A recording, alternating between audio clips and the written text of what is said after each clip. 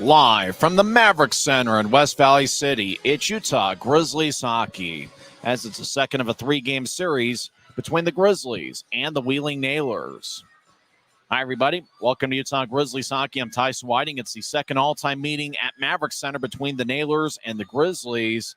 It's the 11th all-time meeting between the clubs. The previous 9 before last night's game were all played at West Banco Arena in Wichita in Wheeling. The Grizzlies are now 4-6 all-time against the Nailers, as Wheeling was 6-3 over at West Banco Arena. And it's going to be an interesting one tonight. And if we got anything like we had last night, we're in for a treat.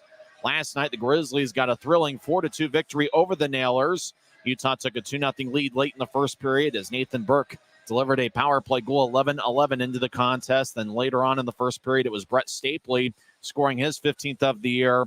Utah led 2-0 after one. The Nailers got 2 goals from different defensemen in the second period to tie it up at 2. In the third period, it was Cole Gallant that scored a 5-on-5 goal, 6:50 into the third period. That turned out to be the game winner. Brandon Cutler added an empty netter towards the end as the Grizzlies won a nail-biter 4-2. And for the Grizzlies, they are now 7-1 over their last 8 home games. They've done a great job protecting home ice as Utah is 15-7 at home this season. Wheeling's one of the better teams in the league. They're tied for second place in the Central Division. A big part of that has been their success on the road, as the Nailers are 13-9-1 away from West Banco Arena. For the Grizzlies, it was a very balanced attack last night, but it was also an outstanding performance by Mick Messner. He picked up 4 assists for the Grizzlies in the victory. That means that Messner, you talk about it's back-to-back games for the Grizzlies, back-to-back wins. Utah's looking to win their third in a row. In each of the last 2 games, Utah has had a 4-assist performance. Last Saturday, it was Kyle Mayhew getting 4 assists in Utah's 6-5 overtime victory. Last night, it was 4 helpers from Mick Messner as he assisted on all 4 of Utah's goals. And we'll see what happens here tonight. It could be another 4-assist performance. We'll see what happens with Brandon Cutler, who's been about as hot as any Grizzly player. Cutler leads the Grizzlies with 22 goals this season, and he's got 5 goals in his last 5 games. For Brett Stapley, he scored a goal in the first period last night. He's got 6 goals in his last 6 games. Watch out for Adam Berg. He's got a point in 5 straight games. I believe he's going to be in the lineup. He was a game-time decision. And obviously in a few minutes, we'll find out if Adam Berg will be in there for the Grizzlies. We have an interesting goaltending matchup. A Utah player is making its debut tonight, and it'll be Arvid Holm in net. He'll be going up against Jackson Castor. This will be the first time that Castor has faced the Grizzlies, so it's a little bit of an unknown in net for both teams. For the Grizzlies, it's Holm making his Utah debut, and the Grizzlies will be facing Wheeling's Jackson Castor for the first time ever. So it should be a lot of fun. It's Grizzlies Fight Cancer Weekend, which continues tonight, and it looks like we got a good crowd filing in here on a Saturday night. If you're in the West Valley area, come on down and enjoy some Grizzlies hockey with us. If not, we got the game right here on Flow Sports for the audio feed. And actually, Flow Sports got the video feed, and YouTube for the audio stream. Your official homes for Grizzlies hockey all season long. When we come back to the Grizzlies pregame report, we'll talk about Arvid Holm. Where's he been? And what's he going to do for the Grizzlies? We'll give you a bit of a scouting report on him. We'll also go over the lineups for both teams. We're in business on a Saturday night, and you're listening to the Grizzlies Hockey Network, presented by Rio Tinto Kennecott. This isn't just copper. It's our job. It's food on our family's tables. Without it, we couldn't stay in touch. It's what keeps our homes warm and our lights on. It's the power behind the team and a greener, brighter future. This isn't just copper. It's a proud Utah and a strong America. Smith's always gives you more ways to save on top of our lower-than-low prices. And when you download the Smith's app, you can enjoy over $500 in savings every week with digital coupons and earn fuel points to save up to $1 per gallon at the pump. With a Boost membership, you'll save even more with double fuel points and free delivery. Discover more ways to save big every day. Smith's, fresh for everyone. Welcome back to Utah Grizzlies Hockey. I'm Tyson Whiting. Hopefully we'll have another big crowd here at Maverik Center. Last night we had a crowd of 6,506. And really it's been a hockey renaissance for the Grizzlies here in the Salt Lake Valley, as Utah, over their last 10 home games, are averaging 7,240 per game. For the season, Utah is averaging 5,738 fans per game, which ranks 9th in the 2018 league.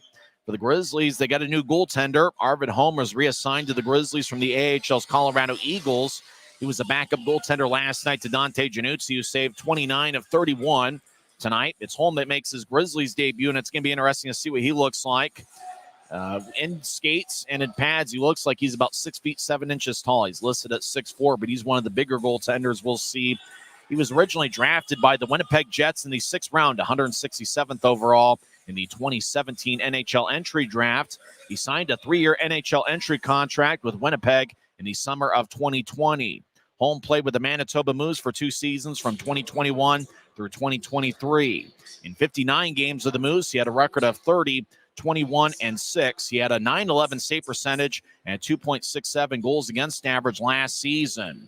At the conclusion of his entry-level deal with the Jets, he became a free agent, and he signed a 1-year, 2-way contract with the Colorado Avalanche of the NHL. This season with the AHL's Colorado Eagles, it's been a little bit of a struggle for him, as he just has a 4-5 record with a 3.20 goals against average and .873 save percentage. So Holm will be making his Grizzlies debut. Remember, yesterday he was reassigned to the Grizzlies, as well as forward Alex Bokosh from the AHL's Colorado Eagles. Yesterday, the Grizzlies also signed defenseman Cody Corbett, who made his Grizzlies debut last night wearing number 23. Corbett will be in the Grizzlies lineup once again this evening, and it'll be interesting to see what he looks like. He's got about 300 games of professional experience. The Grizzlies also picked up Robbie Stucker last week in the trade for Dakota Raby. Stucker was outstanding in last night's game. He picked up an assist last night, which was his first point in a Grizzlies uniform. He had 11 assists in 25 games with Iowa earlier this season. And if you didn't join us yesterday, defenseman Keone Teixeira was loaned to the AHL San Jose Barracuda. So Teixeira, as well as defenseman Josh Wesley, are each up in the AHL. It's going to be interesting to see what happens here tonight. The Grizzlies take on a Wheeling Nailers club that had their 12-game winning streak come to an end last night, but the Nailers have still won 12 of their last 13 games. When we come back, we'll give you the starting lineups for both teams. It's the Grizzlies and the Nailers coming up next on the Grizzlies Hockey Network, presented by Rio Tinto Kennecott. Maverik's new bean-to-cup machines always deliver a freshly ground cup of coffee on demand, so you can enjoy any of our premium roasts at their best, day or night, hot or iced. Enjoy a fresh cup today. Since 1939, America First has helped people start businesses, buy homes and cars, and achieve their financial goals. Today, our top priority is still the financial success of you and your family, which is why we're giving new members $100 when they sign up for a basic savings and checking account, and another $100 when they upgrade to premium checking and enroll in and use direct deposit. So head to AmericaFirst.com today and join the credit union that always puts its members first. At Black Bear Diner, you always get more. More choice. More amazing food. More value. So get more. And get it today. Black Bear Diner. Welcome back to Maverik Center. It's the Grizzlies and the Wheeling Nailers face off in about 12 minutes from now. For the Grizzlies, there's a little bit of a milestone on the line tonight. Grizzlies head coach Ryan Kanaswich last night picked up his 99th victory as Utah won 4-2. And so tonight he goes for number 100, which is interesting considering that Wheeling head coach Derek Army last Saturday picked up his 100th victory as the Nailers head coach. And that was last Saturday, and he's stuck at 100 wins. So if Ryan Kanaswich gets a victory tonight, that means that Kanaswich and Derek Army would each be tied with 100 wins each with their respective clubs. Let's get to the starting lineups for both teams. First, for the visiting Wheeling Nailers, who are led by head coach Derek Army, who's got exactly 100 wins as Nailers head coach. Mitch Jaguar is the assistant. Wheeling has a record of 28, 17, 1, and 1. They are tied for second place in the Central Division with the Indy Fuel. Starting in net is Jackson Castor. He's a native of Phoenix, Arizona. His first name is spelled Jaxon. And so looking at the way his name is spelled, I thought, he might be from Utah. Well, close. He's from the Phoenix, Arizona area. It's his first full season as a pro. He played at St. Cloud State University last season with St. Cloud. He had a record of 14-8, or it was 14-8-1 with a .924 save percentage. Castor is 6'3" and 191 pounds. He's currently on an ECHL contract with Wheeling. The backup goaltender tonight is Taylor Goche. Goche saved 39 of 42. Grizzlies were active offensively. Goche actually played a pretty good game, but he got the loss. And so tonight it's going to be Jackson Castor. It's possible that Goche will get the start on Monday in this series finale. Starting forwards for the Nailers, David Jankowski wearing number 10. He's a plus 13 this season, 8 goals and 16 assists in 47 games. So Jankowski will be one starting forward. Matthew Kosera, Quercia. He'll be starting at one forward, wearing number 13. He's got 9 goals and 15 assists in 45 games. And Matt Koopman, number 36, is also starting. Koopman is 5'10" and 180 pounds. He has 10 goals and 13 assists in 47 games. Watch out for former Grizzly Jordan Martell, who has 18 goals in 25 games with Wheeling this season. Martell scored 6 goals with the Grizzlies earlier in the campaign. He was traded to Wheeling for Quinn Wickers and future considerations. So the starting forwards once again for Wheeling are Jankowski, Kosera, and Matt Koopman. Also watch out for Tanner Laderute, who's got 16 goals and 20 assists in 42 games. Starting defensive pairing for Wheeling, Louis Rail, who picked up his first goal of the season halfway through the second period last night. He'll be wearing number 28. He'll be paired up with Justin Lee, who's wearing number 32. Lee, an offensive-minded defenseman, a +3 this season. He has 4 goals and 15 assists in 39 games. Lee played his college hockey at the University of Denver, where he was a teammate with Kyle Mayhew and Brett Stapley. All 3 of those players were part of the University of Denver's 2022 Frozen Four National Championship Club. I talked with Kyle Mayhew and asked him if he was paired up with Lee. He said they really weren't on the same line ever. You know, they're kind of similar style players. Both guys left shot defensemen who are pretty good offensively. And so they were on separate lines at the University of Denver. I imagine one was on the first line and the other was on the second line, as both styles are pretty similar. So starting defensive pairing once again is Justin Lee and Louis Rail. Justin Lee is not related to Jarrett Lee, who's a forward for Wheeling, who's going to be wearing number 12 tonight. Jarrett Lee has 1 goal and 10 assists in 32 games. So that's the 5 starting for Wheeling. Jankowski, Kosera, and Koopman, as well as Rail and Justin Lee. For the homestanding Utah Grizzlies, they're led by third-year head coach Ryan Kanaswich, who is going for his 100th victory as Grizzlies head coach. His assistant is Christian Horn. Starting in net for the Grizzlies is Arvid Holm. He's making his Grizzlies debut. Holm is a third-year pro who spent the first 2 seasons with the Manitoba Moose. This year he spent 9 games with the Colorado Eagles. Holm is listed at 6'4" and 213 pounds. He might even be a little bit taller than that. He might be closer to 6'5" or 6'6". The backup goaltender tonight is Will Cranley. Dante Januzzi, who got the victory last night, stopping 29 of 31, will have the night off. Just nothing more than you can only dress 2 goalies, and Grizzlies have 3 pretty good ones right now. Starting defensive pairing, the aforementioned Kyle Mayhew, who had 4 assists last Saturday. Mayhew is second among all league rookie defensemen with 30 points, 7 goals, and 23 assists. He'll be paired up with Robbie Stucker, and I've been really impressed with what I've seen from Stucker in his 3 games with Utah. Stucker, in 28 games overall, has 12 assists and a -10 rating. He also has 12 penalty minutes. Stucker is listed at 6'3" and 179 pounds. It's his first full season as a professional. Stucker played the last 2 years at the University of Vermont. Before that, he played at the University of Minnesota, where he was a teammate with Nathan Burke for 3 seasons. So starting defensive pairing is Mayhew and Stucker. We will also see Jacob Semick paired up with Jordan Stone. Semick has 2 goals and 8 assists in 41 games. Watch out for Stone, as Wheeling's one of those teams that got some physical presences out there, and I think Stone can make a difference tonight. We also have the defensive pairing of Cody Corbett and Quinn Wickers. Wickers, a former Wheeling Nailer. He played in 3 games earlier this season with Wheeling. Wickers in 30 games this season has 2 goals and 8 assists. Cody Corbett made his Grizzlies debut last night. He last played with the Kalamazoo Wings in the 2021-22 season. So once again, the starting defensive pairing is Mayhew and Stucker. We also see Semick and Stone, as well as Wickers and Cody Corbett. Starting forwards for the Grizzlies, Brett Stapley, who had 1 goal and 1 assist last night. Stapley leads the Grizzlies with 11 multiple-point games this season. He has 15 goals and 28 assists this year in 42 games, so he's averaging just more than a point a game. He'll be paired up with Mick Messner, who had 4 assists last night. Messner has 10 assists in his last 10 games.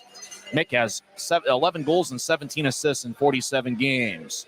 And Brandon Cutler is going to be in there. Cutler is one of 2 assist alternate captains. Fitz, Penner, and Cutler are wearing the A's tonight. Brandon Cutler has 22 goals in 47 games this season. You also see the aforementioned Dylan Fitz and Tyler Penner, as well as Aaron Aragon. That's going to be a forward line.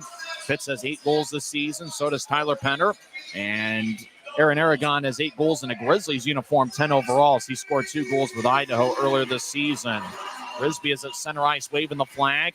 You also see the forward line of Cole Gallant, Nathan Burke, and Alex Bocage. Bocage has 24 shots in 5 games with the Grizzlies. Watch out for Nathan Burke. He's got 16 goals this season, which ranks second on the club. And Cole Gallant, who has really been outstanding. Gallant picked up that third period goal, which turned out to be the game winner. 6:50 into the third. Gallant has 8 goals and 24 assists in 43 games. Looks like we will also see Adam Berg back in the lineup. Berg missed last night's game. Berg has a point in 5 straight games. The Instagram influencer has 8 goals and 11 assists in 34 games. And it looks like we will also see Max Nill in the lineup. Nill making his 4th appearance, University of Waterloo product. He had 10 goals and 9 assists in 25 games with Waterloo. So that's the lineup for the Grizzlies. Starting forwards once again are Stapley, Messner, and Brandon Cutler. Should be a fun one. The Grizzlies, for the 2nd straight night, are wearing the Grizzlies Fight Cancer specialty jerseys. It's a purple jersey with white numbers on the sleeve, white numbers in the back with black trim, white lettering in the back. And it's certainly a sharp look, kind of that lavender color purple. The Nailers are wearing a white jersey with black numbers and gold trim. So 2 sharp jerseys here tonight. Looks like a good crowd is filing in here for a Saturday night affair. We're expecting close to 7,000, maybe 7,500 here this evening. We'll come back and have face-off here at Maverik Center. It's the Grizzlies and the Nailers coming up next. This has been the Rio Tinto Kennecott pregame report on the Utah Grizzlies Hockey Network. From commercial to recreational truck accessories, Mountain Land Truck Outfitters has got what you need. Flatbeds, spray and bed liners, lifts and leveling kits, wheels and tires. Mountain Land Truck Outfitters proudly uses a brand you know and trust. And with our experienced, knowledgeable, and friendly staff, your visit here will be informative and enjoyable. Stop into our convenient location in Provo at 265 South 100 West or call 801-225-4637 to get a quote for your fleet or individual truck. Mountain Land. The road can be a crazy place. Uh-oh! That's why Les Schwab Tires fixes brakes, steering, and more. And those guys don't. Keep driving. I'm just glad Les Schwab puts my safety first, so I can backseat drive with confidence. Stop in for our Founders Celebration Sale and save up to $150 on select sets of Ford tires. Les Schwab Tires, doing the right thing since 1950.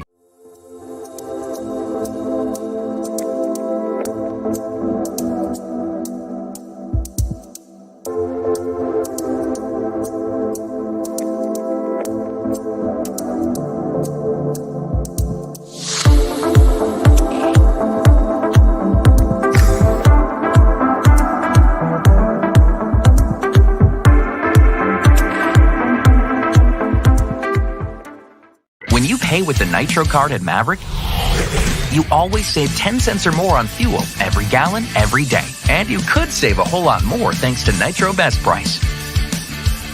Pick up a Nitro card and upgrade your Adventure Club account. This isn't just copper. It's our job. It's food on our family's tables. Without it, we couldn't stay in touch. It's what keeps our homes warm and our lights on. It's the power behind the team and a greener, brighter future. This isn't just copper. It's a proud Utah and a strong America. Expectations here will always remain high, and we'll continue to find a way.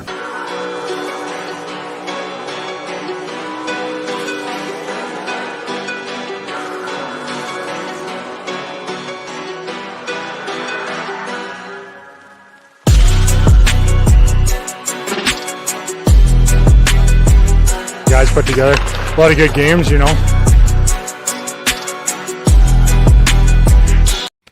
At Black Bear Diner, you always get more. More choice, more amazing food, more value, from huge breakfasts to delicious lunches and hearty dinners. Black Bear Diner has more for you. So get more when you want it, the way you want it, and get it today. Good old-fashioned family food, Black Bear Diner. Black Bear Diner. It's a great night for hockey as two big standings points are on the line as Utah Grizzlies take on the Wheeling Nailers here on Grizzlies Fight Cancer Weekend presented by Mountain Land Supply Company. Grizzlies wearing a specialty jersey. You can bid on those on the Dash Auction app. And who knows, you can get that Nathan Burt game-worn jersey. Maybe Brandon Cutler leads the Grizzlies with 22 goals this season. Cutler's been red hot as of late.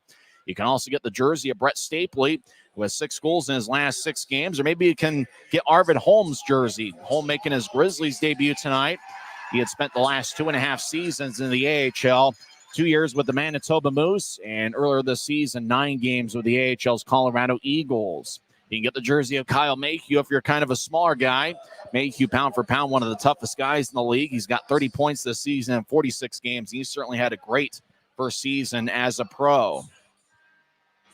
It's going to be a fun one here tonight as the Grizzlies look to win the second game of this set. Last night, Utah got a 4-2 victory. It was really a close game after 2, and then the Grizzlies dominated the third period. They not only outscored the Nailers 2-0 in the third to take a 4-2 victory, they also outshot the Nailers 20-9 in that third period. The Grizzlies had 43 shots on goal. 23 of those were considered scoring chances by the off-ice officials. So it's certainly going to be interesting. At center ice, they got the puck drop. Tyler Penner, one of the alternate captains, will take the draw for Utah, and Jordan Martell, the Rooster, will take it for Wheeling. As the Grizzlies captain Josh Wesley is currently up in the AHL. The 3 guys wearing the A's on the sweaters are Dylan Fitz, Tyler Penner, and Brandon Cutler. Those are 3 of the longest tenured Grizzlies, and it's certainly fitting that they will wear the A's tonight, considering that head coach Ryan Kanasowicz is going for his 100th victory as Grizzlies head coach. It's kind of interesting on the other side. Wheeling head coach Derek Army got his 100th victory last Saturday, and Army, as we speak, has got 100 wins as Wheeling head coach. So a Utah victory means that both Army and Kanasowicz would have exactly 100 wins as their respective team's head coach. Mayhew is paired up with Robbie Stucker tonight. It's going to be fun to see Stucker out there. He looked good last night with 1 assist. He made good decisions all game long. Forwards for the Grizzlies will be Brandon Cutler, Nick Messner, and Brett Stapley. Watch out for that forward line. They've certainly produced a lot as of late. For the Wheeling Nailers, it's Jackson Castor in net. It's his 9th appearance. He has a record of 6-1 with a 2.80 goals against average and .906 save percentage. Starting defensive pairing for Wheeling is Louis Rail and Justin Lee. Starting forwards, David Jankowski, Matthew Kosera, and Matt Koopman. Stapley will take the draw at center ice against Kosera. Grizzlies will be skating from right to left as we see it from high top section 114. In your mind's eye, see it on YouTube. Wheeling will be skating from left to right. Referee is Marc-Olivier Faneuf. The linesmen are Craig Peterson and Tyler Keston. Draw one by the Grizzlies as Mayhew directed towards Stapley. Stapley back to Mayhew down the middle. Mayhew fakes to his left. Now a glide towards the left wing around center ice. He'll toss it across to Stucker as it glances off his stick. He'll gather it and throw it towards Messner. Couldn't hit the hot pass. As the Nailers skating from left to right have the puck for the first time. They'll push it out towards Koopman. It flies off his stick and flies out of play into section 123. So we get our first whistle, 21 seconds in. Draw is going to be at center ice. Everybody make your pick for the Optum first goal of the game as to who's going to score first for Utah. I'm not sure. I think I'm going to go with Kyle Mayhew to score Utah's first goal tonight. Mayhew has 7 on the season. Same 5 on the ice for Utah. Looks like the Wheeling's made a line change. Martell's out there for the first time tonight with Tanner Latteroux. Watch out for Latteroux, who's got 16 goals this season. He'll dump it in from center ice. It tipped off a Mayhew stick. Stucker on the far side will push ahead to Stapley. Stapley directs it ahead towards Cutler. Cutler gets towards center ice. He'll tap it off the far boards. Grizzlies make their first line change of the game. Taking the puck is David Drake for Wheeling. He'll move it towards the near side. Timo Nickel will push it to center ice. The Nailers enter the zone. Wheeling. Jarrett Lee, right side shot. Saved by Holm, and he holds on. One of the first things you notice about Arvin Holm, who's making his Grizzlies debut, is his size. Listed at 6'4", 217. He looks every bit of that and then some. He takes up quite a bit of the net. He looks like he's probably closer to 6'5" or 6'6". Michael McChesney, number 16, will take the draw for Wheeling against Aaron Aragon. Draw won by Wheeling.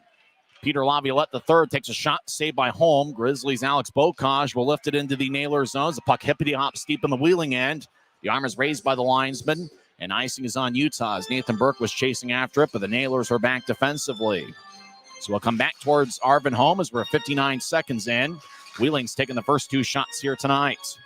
Peter Laviolette III had 8 minutes worth of penalties, wearing number 11. He's got pretty good size at 6'4", 210. Yes, his father is the current head coach of the New York Rangers. Gallant will take the draw against McChesney. Grizzlies win the draw. Wicker skates around Utah's net towards the far side to push it ahead towards Bocage. Bocage near the Grizzlies bench, backhands it across towards Corbett. Corbett, sporting a beard, will dump it in deep. As it goes towards Justin Lee, the University of Denver product. He'll move it ahead. Laviolette will tattoo it off the near boards. As it goes back towards Laviolette in the high slot, he'll push it to his left, and it kicks off the skate. Wheeling re-enters the zone. Beliveau skates towards the left circle. Lefty shot goes wide. Beliveau, one of the best rookie defensemen in the league. Puck to neutralize. Bocage gets spun around by Laviolette.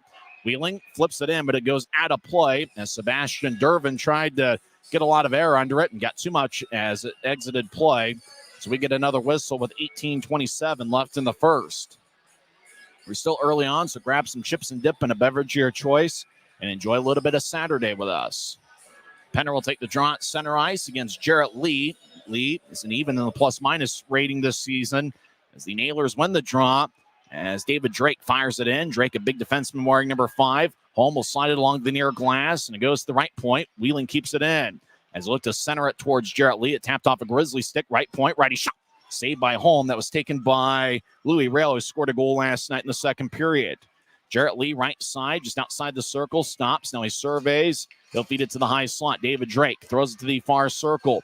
Nailers trying to center it out in front. Instead, they skate around the net. Louis Rail, sporting a goatee, gets to Drake in the right side. He fires towards the net. It goes wide. He was looking for Boomhauer to redirect it. Boomhauer, the injury-prone fifth-year pro. As Stone gets hit along the boards by Boomhauer, levels the boon on Stone. As Boomhauer drops the gloves, and so does Jordan Stone. We got a fight at center ice as Jordan Stone and Shaw Boomhauer, as both guys stare each other down. As Boomhauer at center ice, Stone wiggles back and forth. Now Stone spins around and gets Boomhauer the narrow. Now Boomhauer throwing knuckles at Stone's face, and Boomhauer drags down Stone. Stone tried the spin move he had in the preseason against Nick Canati.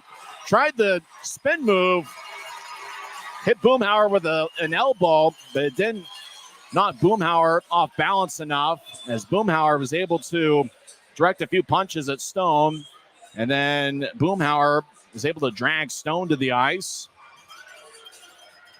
So both guys get 5 minutes for fighting, 2:20 into the contest. A very interesting draw as Boomhauer dropped his gloves first, and it looked like Stone had a choice. Stone didn't have to drop his gloves, but he decided to. Then they went to center ice, and Stone delivered the spin move on Boomhauer. Yeah, a spinning elbow on Boomhauer. And then Boomhauer got a few punches and got Stone off balance and dragged him to the ice. So we'll skate 5-on-5 here, as we've seen quite a bit of action here early on.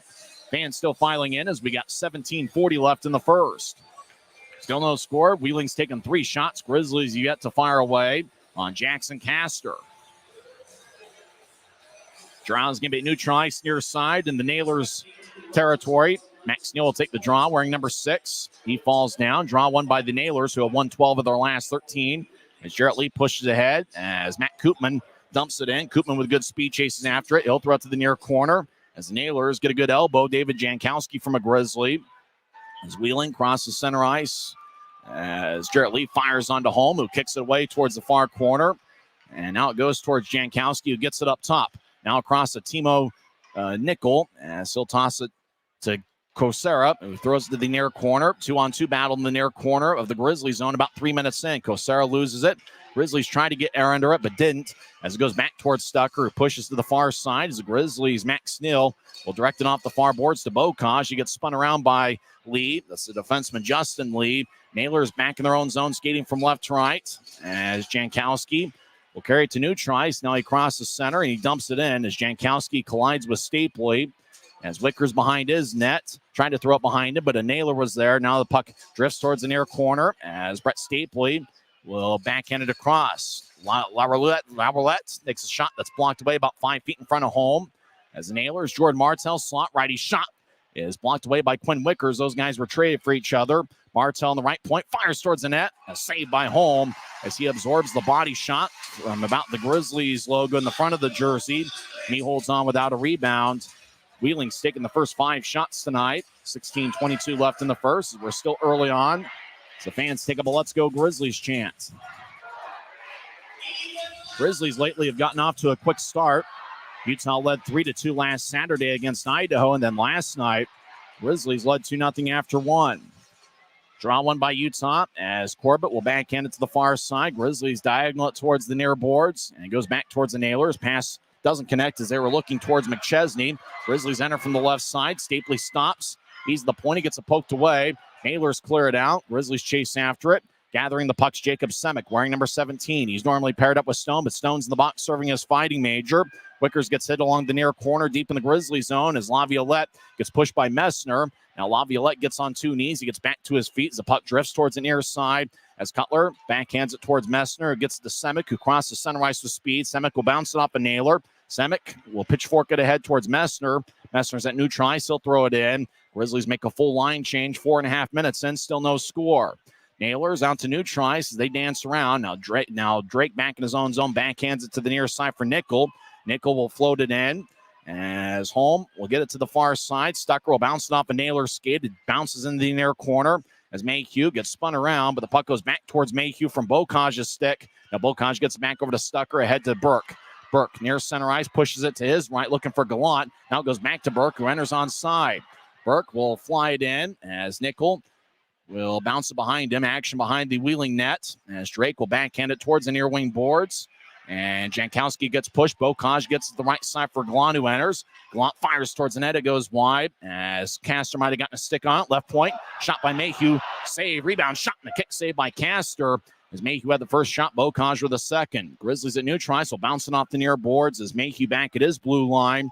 Will fake it to his left. Now Mayhew will pivot and get it towards Cutler across the center. Let's make that Corbett.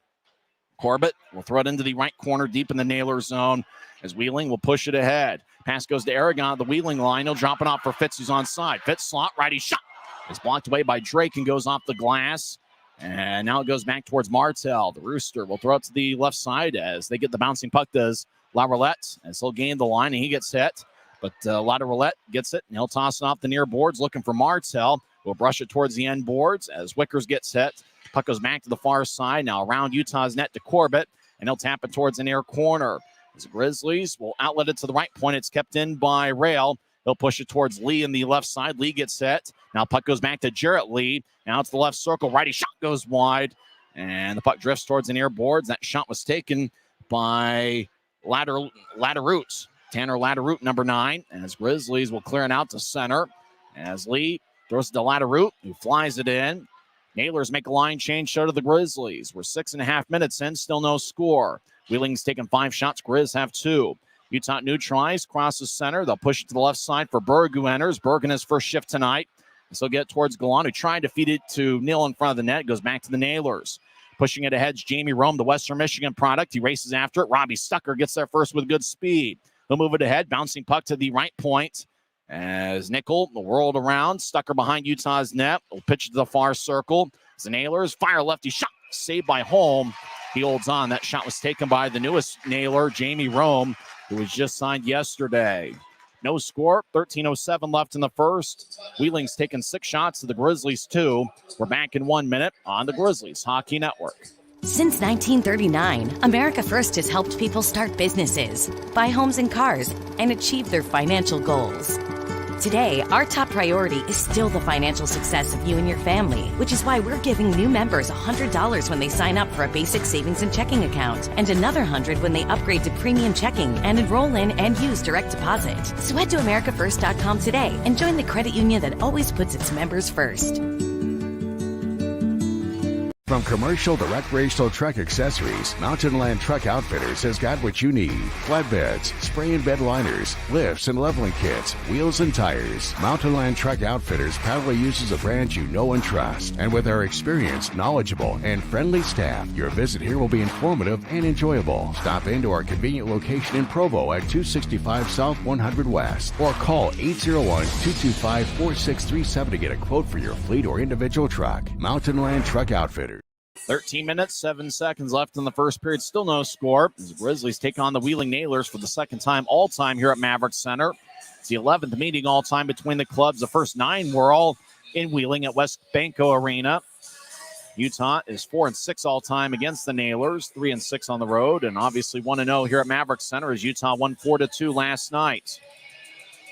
Stapley will take the draw, far side. He wins it as Stucker will push it to the near side from Mayhew as he advanced it to Messner. Messner across to Stapley, who steps over the line, right side. Stapley bouncing off the boards, and he gets it towards Stucker. It's poked away as the Nailers cross center ice. McChesney overskates it.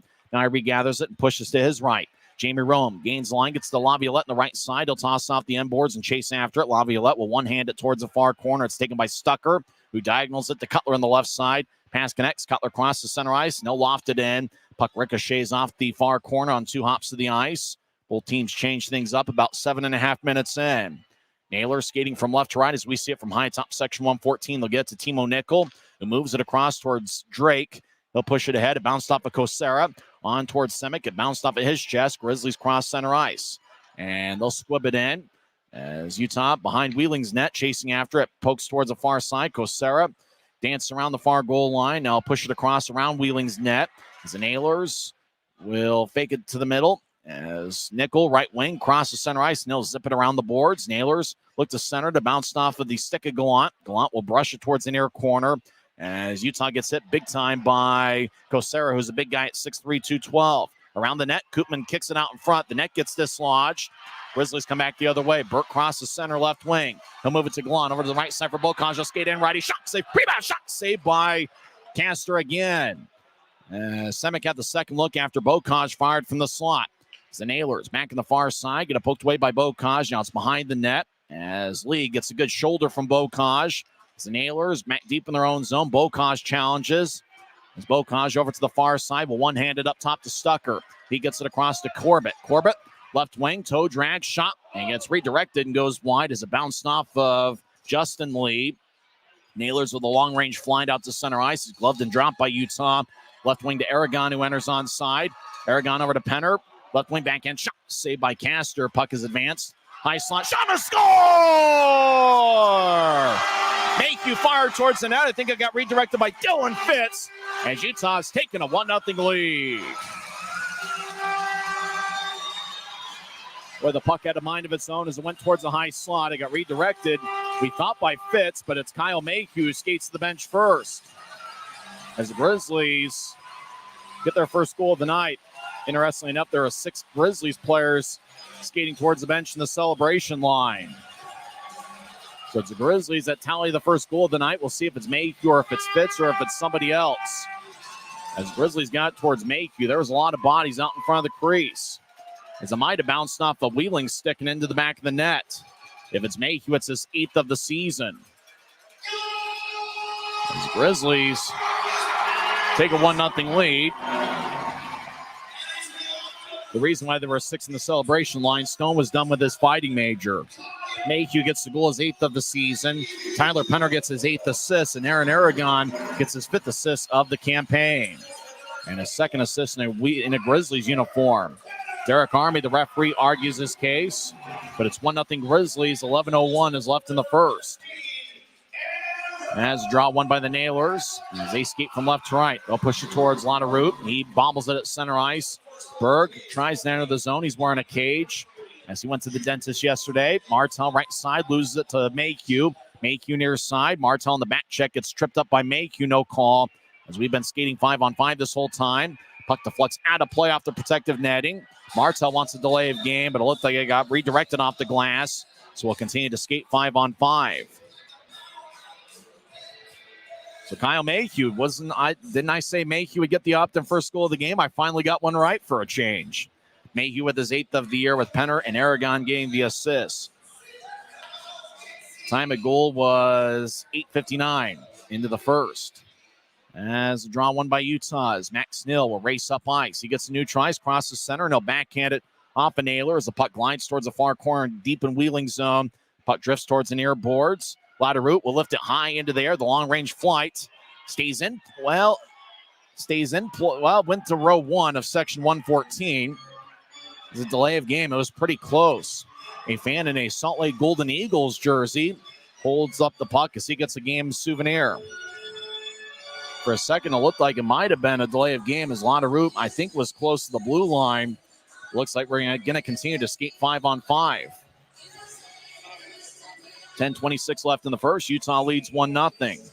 The Grizz this season are 15-3-1 when scoring first. Cutler will take the drives out there with Messner and Stapley. Up top is Wickers and Mayhew. Wheeling wins the draw. They'll clear it out to center. It goes past Wickers into the Grizzlies zone. Wickers chases after it. He collides with Laviolette as Mayhew tries to poke the puck away, as Laviolette's got it pinned. Mayhew gets it. He'll brush it towards the Grizzlies net, and it goes to Stapley, who kicks it to the far corner. Wickers will toss it out to center ice. It's gloved and dropped by the Nailers. They'll skate in from the right side. Right point. Lefty shot goes wide. That was taken by Boomhauer. As Messner new tries, crosses center, and he'll loft it in. Actually, the puck kind of slides along the ice. Cutler gets it back towards Stapley. As Cutler gets hit pretty hard by Boomhauer. Now in the far corner, Messner gets it over towards Stapley. Stapley overskates it as he gets hit by Drake, as he'll push it towards the far circle. It's taken by the Nailers. Wheeling, 2-on-2. They enter the zone. As Sebastian Dervin skates towards the corner clunkily. Boomhauer feeds it across. Nobody home for Wheeling as the Grizzlies have an odd man break. Utah enters the zone. Right side, Cole Gallant pushes out in front towards Cutler. Great defensive play by David Drake, to cut in front of the centering pass. Corbett all alone on the left side. Slap shot goes wide as he fired a lefty blast. Burke keeps the line on the right side. He'll toss it towards David Drake. Drake's a big 6'5", 205-pound defenseman. He's a plus 21 this season. As Dervin crosses center ice, he'll loft it in. Puck skips to home on 2 hops to the ice. He'll move it to the near side for Mayhew. Now across towards Stucker. He'll push it to center ice. The Grizzlies diagonal it across, but it's taken away by Wheeling. Rome advanced it to the Grizzlies zone, but it's taken by Stucker, who pushed it ahead. Stucker trying to get his college teammate Burke. Now off the end board. Shot and scores. Ricochets in front of the net. And Tanner Laderoute gets his 17th of the season as we're tied at 1. Boy, the Nailers right now the blue line. Fired it in deep. It ricocheted off the boards. And Laderoute was able to get it and find it before home was. As the shot was taken about from the left circle by Rail and just kind of skipped towards the near side of the net. Laderoute was able to put it away. So we're tied at 1 with 8:45 left in the first. Penner will take the draw against David Jankowski. Laderoute will get his 17th goal of the season. Louis Rail gets his 6th assists. And Michael McChesney gets his first point in a Wheeling uniform. Puck deep in the Wheeling zone. Far side, Penner over towards Fitz, but he's cut off by Nickel. As we get our first penalty of the game, hooking's going to be the call. Who's going to be on? As both guys were wrestling for the puck, and it looks like it's going to be Dylan Fitz going to the box. So it's going to be a power play for Wheeling. Fitz doesn't argue the case too much, as he was just trying to get around Timo Nickel. Fitz gets 2 minutes for hooking. 8:30 left in the first.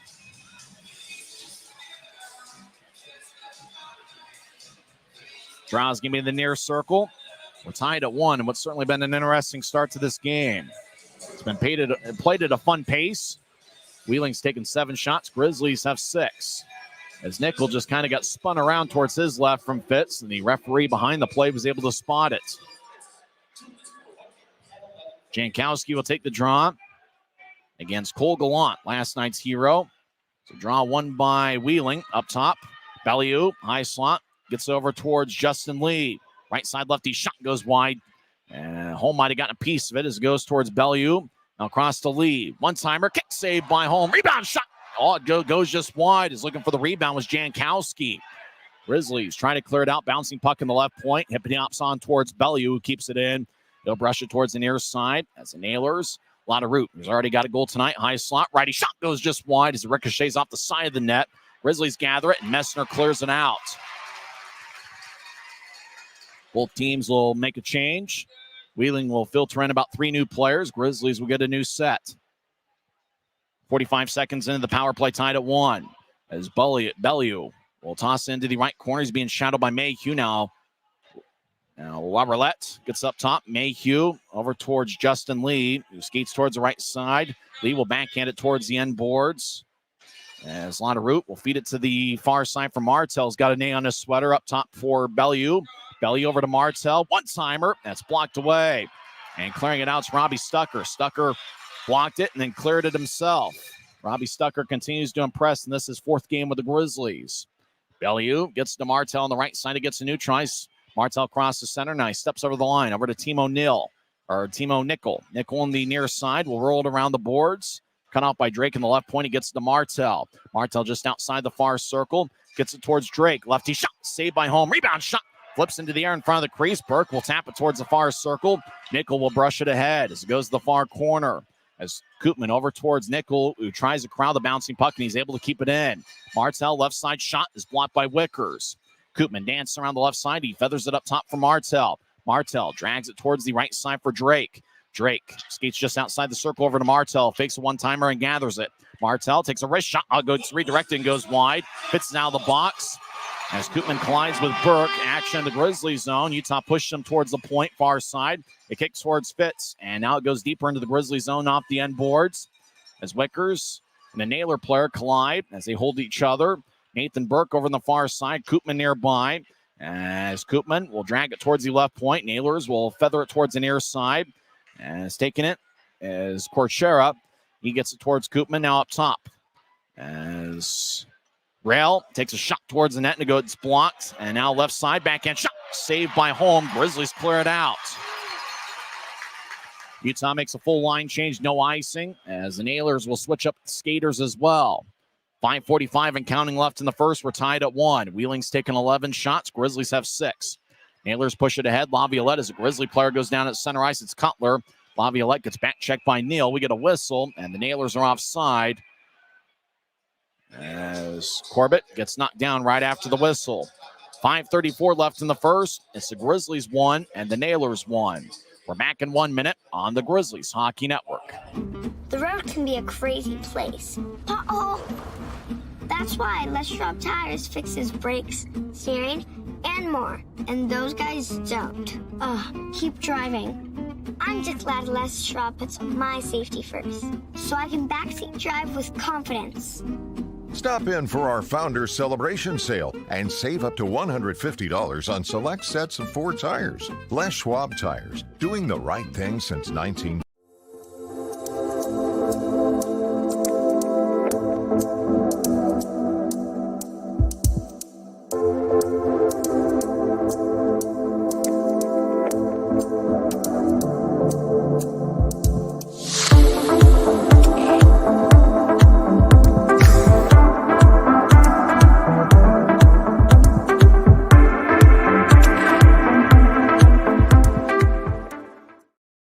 5 minutes, 34 seconds left in the first period as Grizzlies Fight Cancer Weekend presented by Mountain Land Supply Company continues.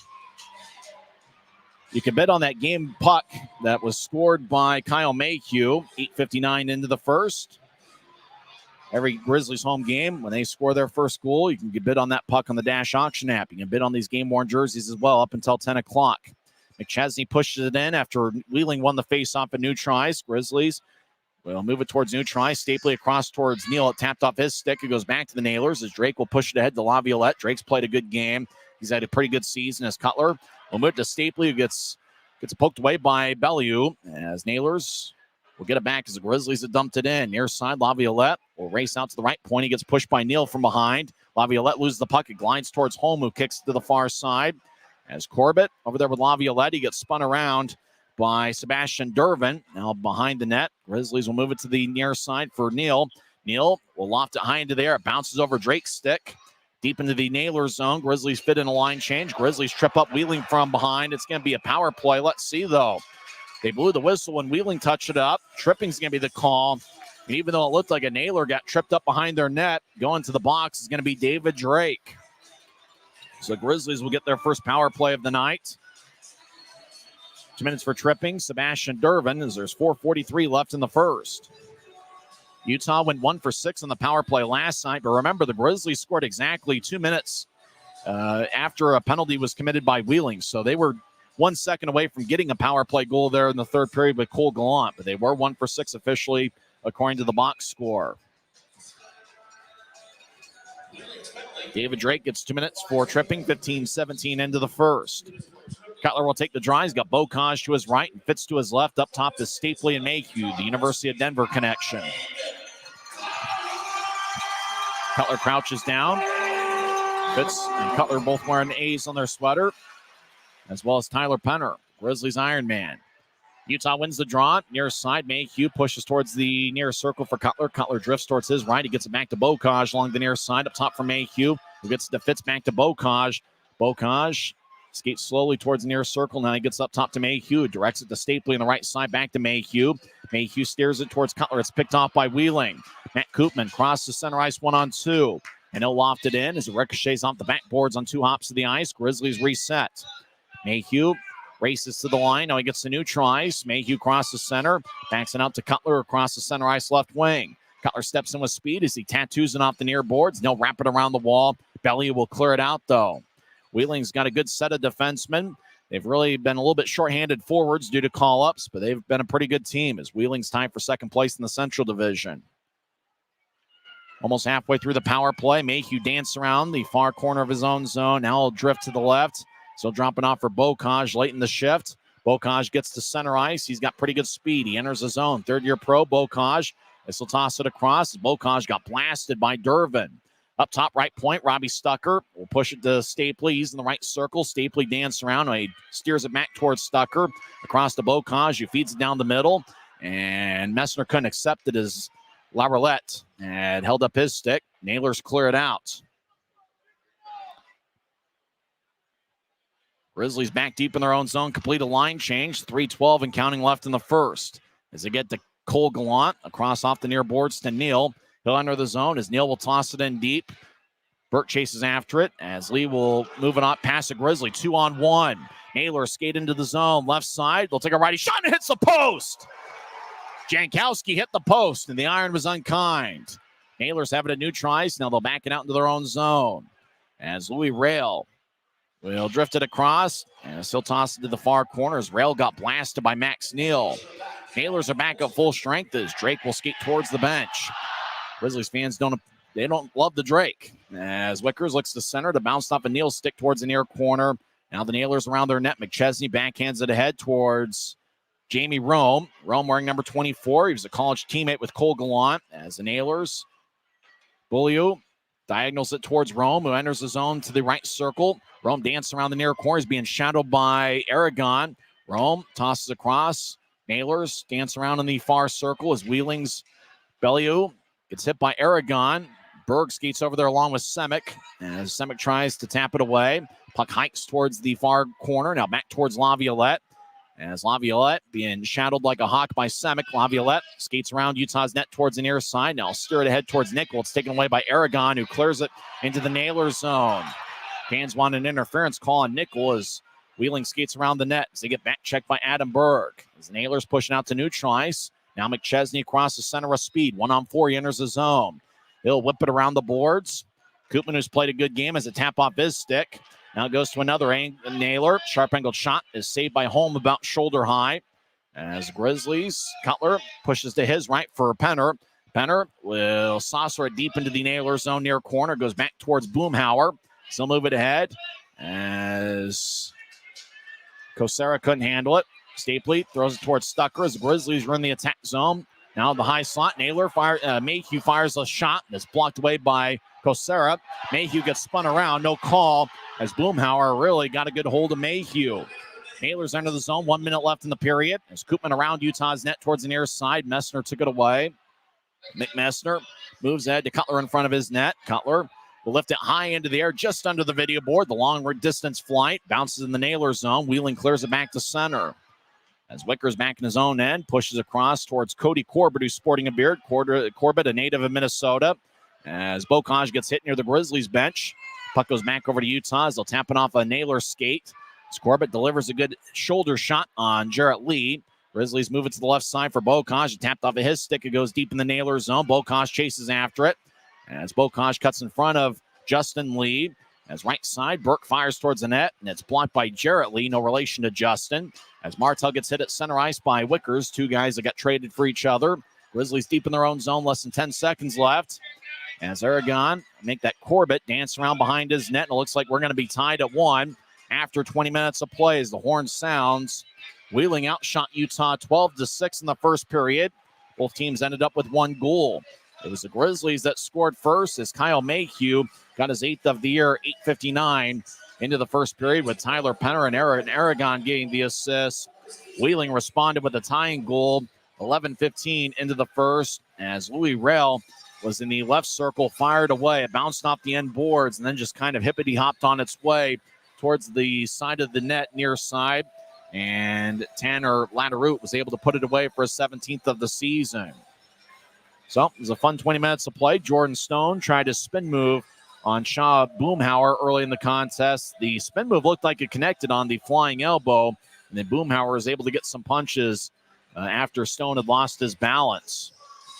So looks like a good Maverik Center crowd here on a Saturday night. Looks like it's an even better crowd than what we had last night, where over 6,500 saw the Grizzlies win 4-2. When we come back, we will recap the first period. We'll also go over some scores from around a busy world of sports, including some ECHL and NHL scores as well. Through 20 minutes, it's the Grizzlies 1 and the Nailers 1. This is Utah Grizzlies Hockey, presented by Rio Tinto Kennecott.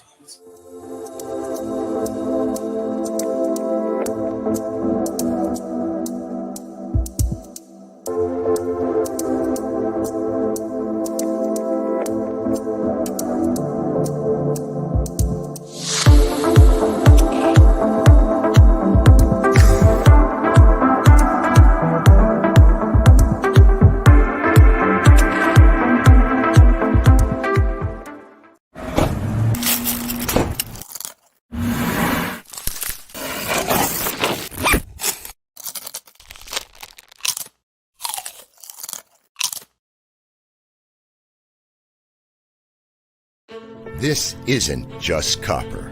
It's our job. It's food on our family's tables. Without it, we couldn't stay in touch. It's what keeps our homes warm. And our lights on. It's the power behind the team. And a greener, brighter future. This isn't just copper. It's a proud Utah and a strong America.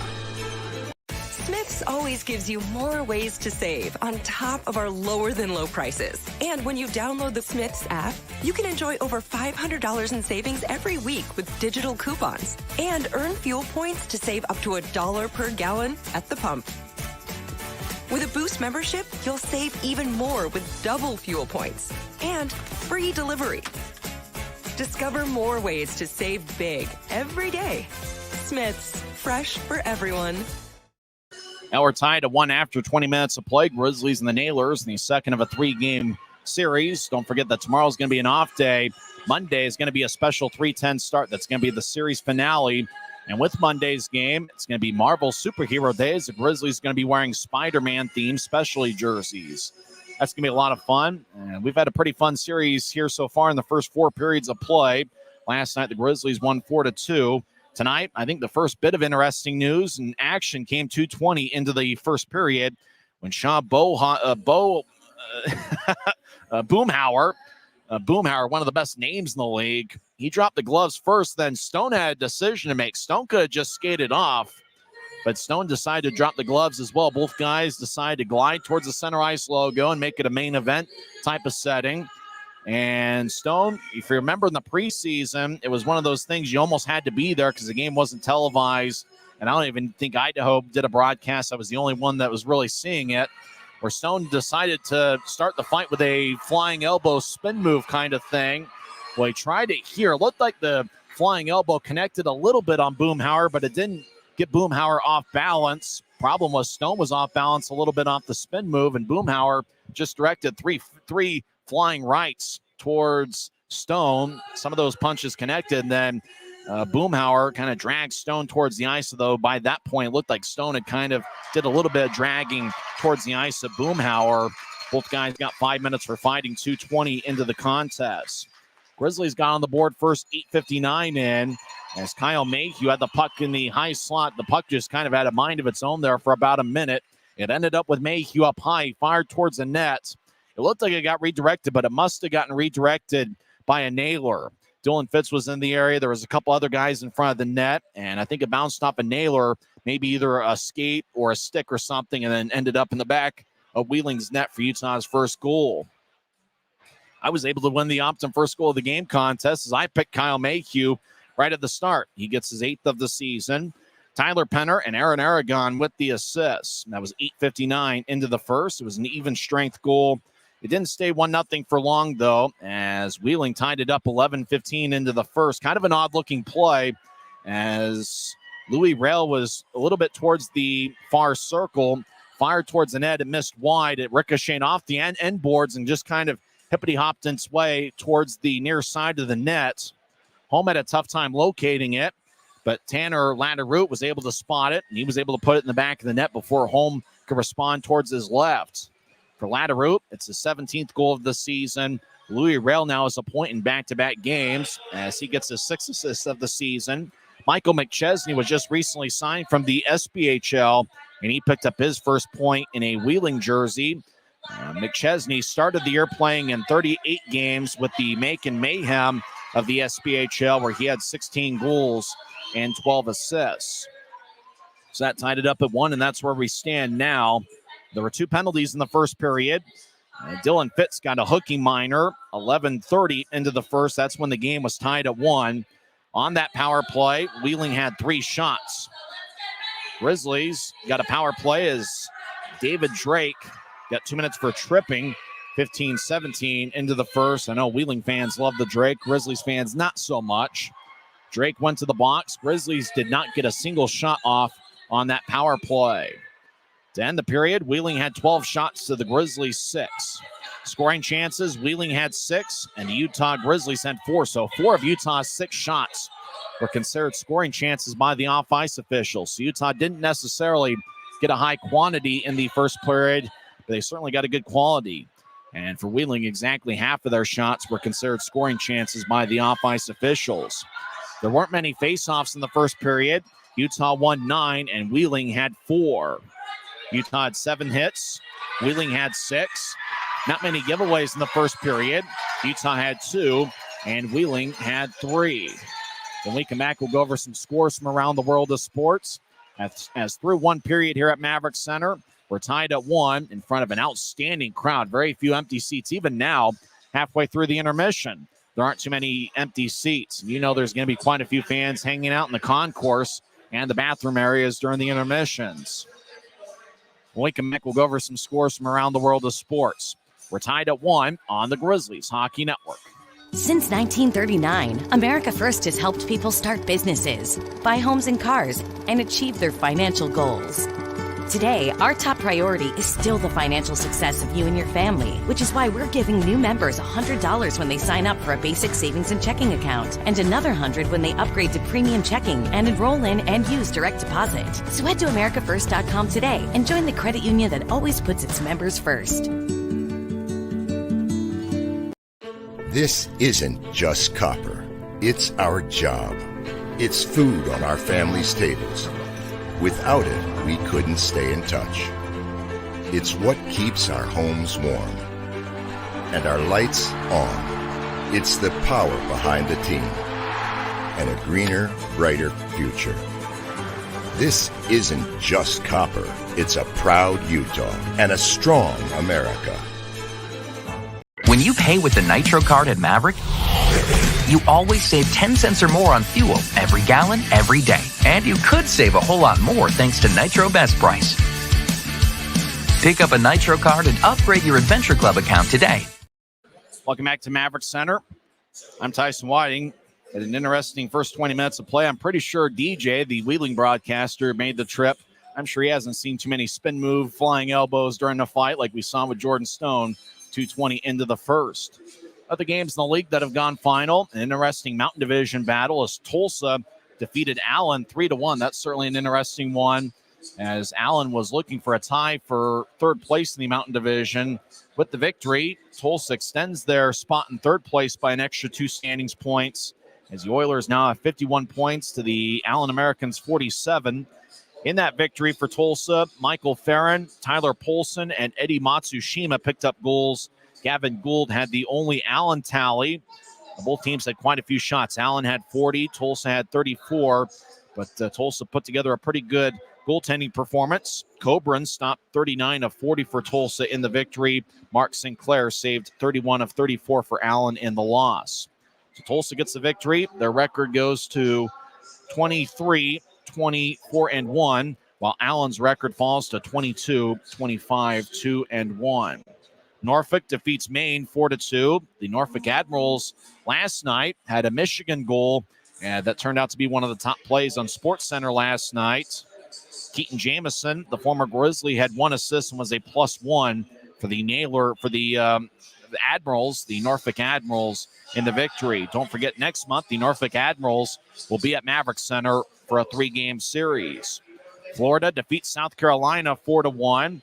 Adirondack shuts out Trois-Rivières 3-0. Kalamazoo defeats Toledo 4-2. I'm pretty sure some Wheeling fans are happy about that, as Wheeling's got a pretty good rivalry going with Toledo. But it almost sounds like everybody in the Central Division has a strong rivalry and a strong hate of the Toledo Walleye. In a shootout, Reading gets a 4-3 victory over Newfoundland. Jacksonville defeats Savannah 5-2. Greenville is a 4-2 winner over Atlanta. Indy defeats Iowa 5-2, and that's of interest to some Wheeling fans, as the Indy Fuel defeat Iowa 5-2. That means that Indy right now is in second place in the Central Division. Coming into play tonight, both Indy and Wheeling had 58 standings points. So with the victory for Indy 5-2 tonight on the road against Iowa, the Fuel are now in second place in the Central Division. In the Mountain Division, Wichita gets a 5-3 upset victory at Cable Dahmer Arena. It's kind of interesting. Kansas City is a better team on the road than they are at home this season. Wichita gets only their 4th road win of the season, and it's a 5-3 shocker over the first place Kansas City Mavericks. That game played at Cable Dahmer Arena. Late third period, Cincinnati leads Fort Wayne 4-3. That game's still going on. 5 minutes left in the third. And also after one period at the Monument, no score between Idaho and Rapid City. Looks like Kiley gets the start in net for Idaho, their new goalie. He stopped all 12 shots he saw in the first period. Rapid City's Matt Radomski saved all 11 shots he saw. That's going to be an interesting one, as Rapid City right now is behind Utah in the standings. In fact, Utah's got 45 standings points, and Rapid City has 40. So this is kind of a rare occasion where Grizzlies fans, I think, are going to be rooting for Idaho to get a victory to make sure that Rapid City stays a little bit behind Utah in the standings. When we come back, we'll go over some NHL scores, and we'll also go over some first period stats as well.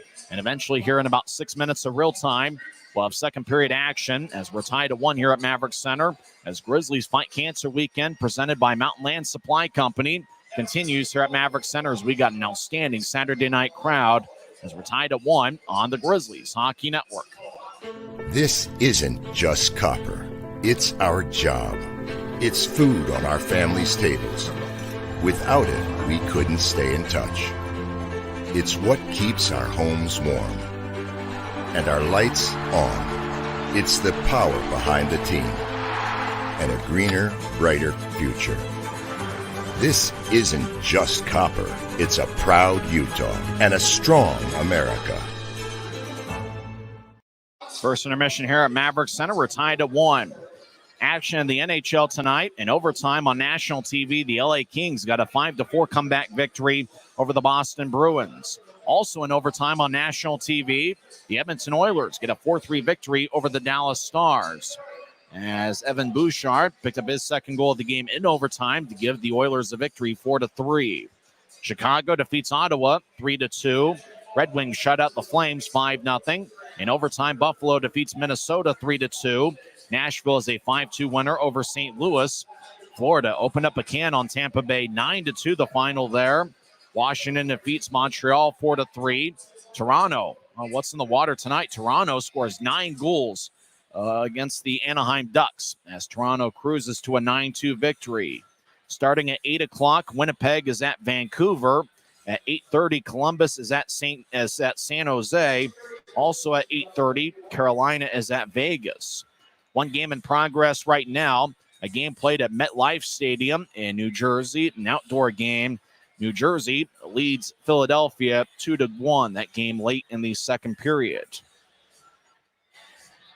When we come back with second period action, as we're tied at 1, it's not surprising to see another outstanding crowd here at Maverik Center. We had 6,506 last night. Grizzlies, really over the last 10 games, you're talking about averaging over 7,200 per game. It's been a renaissance of hockey here in the Salt Lake Valley, and it continues here with another outstanding crowd here in the middle game of this 3-game set. And don't forget, after the off day tomorrow, both teams will hit the Maverik Center ice for the series finale. Third and final season meeting between the Grizzlies and Nailers. It's going to be Marvel Superhero Day, and it's also going to be a Smith's Family Night. And with Smith's Family Night, it's 4 tickets for $40 and $10 for each additional ticket. But it's going to be a lot of fun. It's also going to be Marvel Superhero Day, where the Grizzlies will be wearing Spider-Man themed specialty jerseys. And speaking of jerseys, the Grizzlies Fight Cancer jerseys that they're wearing tonight are open for bid on the Dash Auction app. The bidding ends at 10 o'clock. So you're going to have to want to bid on those game-worn jerseys here pretty soon. You can get that jersey that Kyle Mayhew scored on, or maybe you can get the Arvid Holm jersey with the Grizzlies goaltender tonight. I don't know, Brandon Cutler would certainly be a good pick, or maybe the Iron Man, Tyler Penner. You can't go wrong with any of those Grizzlies jerseys. They're up for auction right now on the Dash Auction app. When we come back in 1 minute, we'll have face-off here for the second period as the officials are skating out on the ice. Marc-Olivier Phaneuf, the referee, and the 2 linesmen, Craig Peterson and Tyler Keston. We're back for second period action coming up next as we're tied at 1 on the Grizzlies Hockey Network. Smith's always gives you more ways to save on top of our lower-than-low prices. And when you download the Smith's app, you can enjoy over $500 in savings every week with digital coupons and earn fuel points to save up to $1 per gallon at the pump. With a Boost membership, you'll save even more with double fuel points and free delivery. Discover more ways to save big every day. Smith's, fresh for everyone. At Black Bear Diner, you always get more. More choice. More amazing food. More value. So get more. And get it today. Black Bear Diner. Maverik's new bean-to-cup machines always deliver a freshly ground cup of coffee on demand, so you can enjoy any of our premium roasts at their best, day or night, hot or iced. Enjoy a fresh cup today. Welcome back to Maverik Center. We're tied at 1. We're about set for second period action. Brett Stapley's skating around. He's got 6 goals in his last 6 games. So watch out for him in the middle frame. For the Grizzlies, obviously, they'd like to play a little bit better in the second period than they did last night. Remember, in last night's game, Utah had a 2-0 lead after 1, and then Wheeling responded with goals by 2 different defensemen before the Grizzlies answered back with a strong third period. We'll see what happens here in the second period tonight. One of the big bright spots for the Grizzlies in the first period, I've continued to be impressed with Robbie Stucker. Stucker, remember, was acquired in a trade 9 days ago for Dakota Raby, and I know Raby was a fan favorite, and he was an exciting player to watch. For the Grizzlies, certainly did what they had to do in picking up a defenseman like Robbie Stucker, considering how shorthanded the Grizzlies have been on the blue line. Remember last Saturday, Josh Wesley got reassigned to the AHL's Colorado Eagles. He got called up, and then a couple days ago, Keone Teixeira got loaned to San Jose. So who knows where the Grizzlies would be without Robbie Stucker, is playing with Kyle Mayhew tonight. He's certainly been a great addition to this Grizzlies club. Grizzlies will skate from left to right as we see it from high top section 114. In your mind's eye, see it on YouTube. Wheeling in a white jersey with black numbers and gold trim. They will skate from right to left. Stapley will take the draw. He's got Messner to his left and Cutler to his right. Linesman Craig Peterson drops the puck, but he says, my bad, we'll do it over again.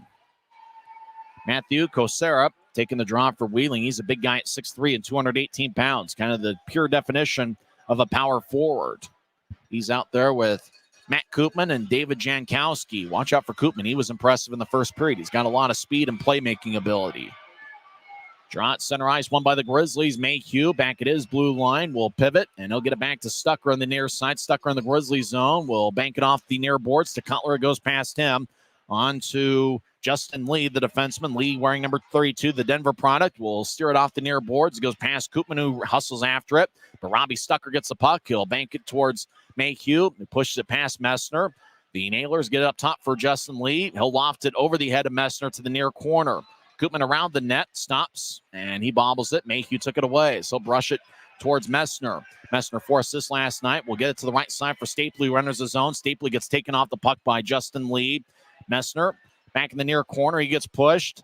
Cutler hacks it away. He gets up top, but nobody was home at the point. As Grizzlies chase after it, does Cody Corbett. As he looks over his right shoulder, he gets the puck. And he'll outlet it 3/4 the length of the ice. As well, Cutler got a good shoulder from Justin Lee. As Nailers come back the other way, Martell left side, righty shot. And a save by Holm. As Martell went stick side on Holm, but Holm was able to close the door. Boy, Martell had a pretty good look there, but Holm with a really key save. A minute 2 into the second period. Holm's a big guy, but it looks like he moves from side to side pretty well. I was impressed with what I saw in morning skate, as all three of the goaltenders got a lot of work during morning skate, and I was really impressed with what I saw from Holm. Looks like he's got a pretty good work ethic. That was a pretty good shoulder that Cutler took from Justin Lee as they show the replay on the video board at center ice. Nailers win the draw. Latteroute swings and misses. Puck goes to the right side. Nailers righty shot is blocked away in the far circle. Alex Bocage will lift it high into the air. Puck is dropped by Drake. He's in front of his netminder. He'll brush it towards the far side. The Nailers will toss it to the left side off the boards. Martell gets it. He settles into the zone. Now he skates towards the near goal line. He gets around Cody Corbett. Martell strong with the puck as he's to the right side. Now he skates towards his left near the blue line. Martell stops along the near wing boards. He blows the tire, but gets to the Latteroute. Now high slot, righty shot is blocked away. That was taken by Timo Nickel. As Nailers behind the net, get it poked away by Bocage, who gets the puck. Bocage, a former Avalanche draft pick, gets around Martell. He keeps the puck. Bocage crosses center, 2-on-4. New tries, fires towards the net, and it's blocked by David Drake. Bocage pushes Nickel in the back. Drake will outlet it to center, but it goes back to the Grizzlies as Wheeling sneaks in some new forwards. Turnover as Wheeling has the puck. They'll drop it off. Now he gets the left circle. Righty shot goes wide. As a one-timer is fired away by McChesney as he was all alone on the left side. Nailers, Peter Laviolette feathers it out in front, and McChesney couldn't get much on it. Grizzlies moving out to center. Bellew will bounce it off of Semick, who gets the center ice. No backhanded in. Action deep in the Nailers zone as Dervin will loft it to center ice. Goes past Stone, who hustles after it. Stone gets it, but icing is called on the Nailers as they dumped it in from their territory at neutral ice. So action comes back towards Jackson Castor. He spells his first name Jaxon, and I saw that and immediately thought he might be from Utah. Well, pretty close. He's from Phoenix, Arizona. There's been a lot of talk of hockey in the state of Arizona lately. Arizona Coyotes were in action last night against Carolina. Max Neal will take the draw on the far side. Neal dances around. It's his fourth game as a pro. Draw won by Wheeling. As Louis Rail's got a point in each of the two games of the series. Moves out to Laviolette at center ice. Laviolette veers off to the left. Gets to the point. Lefty shot goes wide as it ricochets off the boards. As Dervin pushes Mayhew. Mayhew and Dervin battle near the Wheeling bench. Max Neal gets a good shoulder check from Jarrett Lee. The Nailers will push it to the left side. Bellew steps over the line. He had a goal last night. Bellew drifts towards the corner. Now he stops and pivots back towards the point. He feeds it to the hot slot for Rail. He'll take a shot, and it's blocked by Gallant, who shakes his wrist back and forth. As Laviolette right side skates towards the right circle, take a lefty shot, and it's blocked away. That one by Gallant as well, as Gallant continues to shake his right wrist, and he'll skate towards the bench. Justin Lee across center ice will push it ahead. Nailers left side, lefty shot goes wide as Boomhauer fired it over the net. As Grizzlies come back across center ice, 3-on-2. Right wing pass to Berg. Berg steps over the line, skates towards the near goal line. He gets pushed by Justin Lee, who's been very physical and active tonight. As Lee gets the puck, and he'll saucer it ahead. Boomhauer will push it to center ice for Jarrett Lee, who crosses center. Lee will backhand it in. The puck got some air under it. Holm behind his net will move it to the near side. As the Nailers will bounce off a Grizzly. It slices towards Holm and cuts towards Wickers, who gets it to Corbett. Corbett to the left side at the Wheeling blue line. Nailers will one-hand it back into Grizzlies territory. Utah pushes it towards their bench. Cutler gets hit from behind, and the Nailers chase after it deep in their own zone. Tim O'Neill's been physical in this series. Stapley centers it, and it bounces off a Nailer stick as Wheeling crosses center ice. David Jankowski will loft it in. Puck in the near corner. Stucker gets there before Koopman as they collide along the end boards. The glass sways back and forth. Stapley on the near side as he gets hacked away. Puck towards the point. Bellew collides with a Grizzly and cuts him off. And he cut off McMessner. Nailers in their own zone, skating from right to left. They'll push it to the far side. Long-range pass. Tips off of Kosera, sticking deep into the Grizzlies zone it goes. As Utah, Mayhew trying to get to Stucker. Puck got to Stucker about chest high. He'll drop it towards Gallant, who crosses center ice. So move it to the near side for Messner, who collides with Drake as the puck lifts in the Nailer zone. And as Gallant centers it out in front, bounced off a Nailer and goes towards a point. Grizzlies get it back in deep as Cody Corbett towards the near corner. Over there with Kosera as the puck hippity hops towards a point. Puck is taken by Wheeling. Latteroute skates towards the left circle. Righty shot and a blocker saved by Holm as Latteroute had all kinds of time and took a pretty good righty shot. But Holm was up to the task. Jarrett Lee will move it ahead. Latteroute steps over the line. He gets pushed by Cody Corbett. Now Latteroute gets a good shoulder check from Burke as puck comes back towards Wheeling. Jarrett Lee fakes a shot. He dances around the near circle. He'll push it up top towards Justin Lee, no relation. Over to Martel in the high slot. Martel skates towards his right. He'll take a shot, and it's blocked about 5 feet in front of Holm. Grizzlies 3-on-3 will drift towards center ice. They get it towards Gallant, and he'll lift it in as the puck skips to the far corner. Grizzlies make a full line change. As Wheeling about 6 minutes into the second period, we're tied at 1 as Nickel tried to dump it in and fanned on it. Puck goes back towards Laviolette. He'll tap it off the far boards as Penner will tattoo it off the wall. It goes back to Wheeling at center ice. They'll get to Lee near side. Lee will step over the line, stop at the point, and he'll drift it around the boards. As Semick over towards Stone in the near side. Stone wearing number 19. As he'll lift it high into there. It bounces in the Naylor zone. As Justin Lee moves it towards Laviolette. He gets pushed by Penner. As Aragon bouncing off of Laviolette. It's taken by a high stick by Sebastian Durbin. And that stops play with 13 minutes and 45 seconds left in the second. Timeout on the ice. Wheeling has outshot Utah 14-6. Utah's yet to take a shot here in the second period as we're tied at 1 on the Grizzlies Hockey Network. From commercial to recreational truck accessories, Mountain Land Truck Outfitters has got what you need. Flatbeds, spray and bed liners, lifts and leveling kits, wheels and tires. Mountain Land Truck Outfitters proudly uses a brand you know and trust. And with our experienced, knowledgeable, and friendly staff, your visit here will be informative and enjoyable. Stop into our convenient location in Provo at 265 South 100 West or call 801-225-4637 to get a quote for your fleet or individual truck. Since 1939, America First has helped people start businesses, buy homes and cars, and achieve their financial goals. Today, our top priority is still the financial success of you and your family, which is why we're giving new members $100 when they sign up for a basic savings and checking account, and another $100 when they upgrade to premium checking and enroll in and use direct deposit. So head to AmericaFirst.com today and join the credit union that always puts its members first. 13:45 left in the second period. We're tied at 1. Neither team has scored here so far in the second period. In fact, there's been very few shots. Wheeling's got 2 shots here through one segment of the second period. Grizzlies have yet to fire away on Jackson Castor here in the second period. Draw one by the Grizzlies. It goes all the way back towards home, who outlets it to center ice. Stapley gets pushed by McChesney and gets divorced in the puck. McChesney gets taken away by Stapley at the line. Stapley will cross center ice. He'll move it to the right side for Cutler, who steps over the line. He gets it poked away by Bellew, who one-hands it towards the Grizzlies line. Stucker chases after it. Laviolette with good speed gets around Stucker. Puck towards the far corner as Mayhew collides with Laviolette, who's a pretty strong guy at 6'4", 210. Mayhew gets the puck. He'll skate towards the near side. He'll brush it towards Cutler, who one-hands it to Stapley. Toss it in. Cutler couldn't quite reach it. He'll chase after it in the near corner as he collides with a nailer. As Stapley gets pushed towards a point by Dervin. Puck goes back towards Wheeling as they'll move it to center ice. McChesney collides with Aragon. Grizzlies get the puck.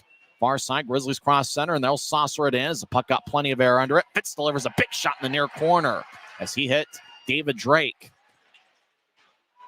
Nailers will bank it off the far boards.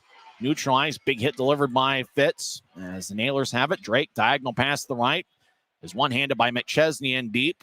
As Wickers chases after deep in the Grizzlies zone. As the Nailers get the bouncing puck up top. Now he gets to Nickel, who couldn't reach it.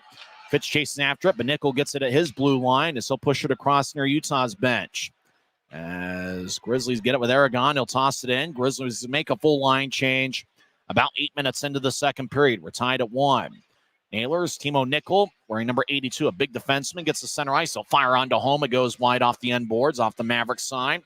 As Koopman gets pushed by Mayhew. Mayhew gets the puck as the stick's laying behind Holmes' net. Grizzlies get it to Burke. We'll tap it towards Corbett, who gets it to the near side for Mayhew. Mayhew gets the center ice and backhands it in. It bounced off of Lee. That's Justin Lee, who's been very active tonight. Burke pushes Lee off the puck. Now up top for Mayhew. He'll take a lefty shot. Save. Rebound. Shot goes just wide. All golden opportunity. Bocage missed the net. Slot Burke with a shot.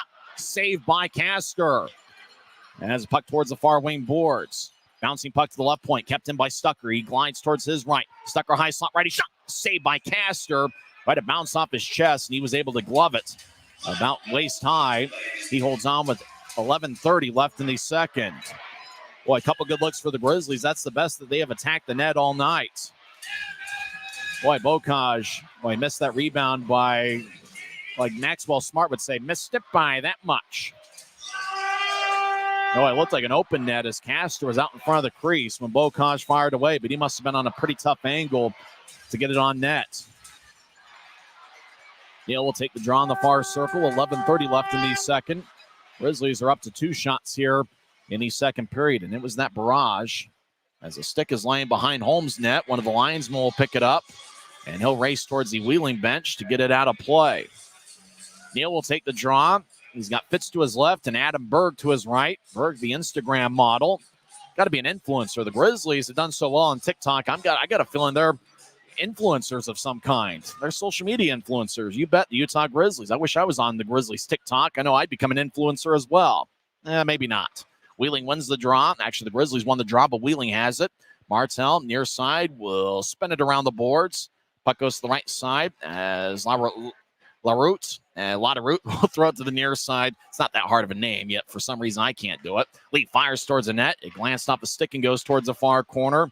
Berg bounced it off of Martel. As Berg will push it towards the end boards deep in the Grizzly zone. Stucker around Holmes' net. Will drift it towards the far corner. LaRoute throws to Jarrett Lee.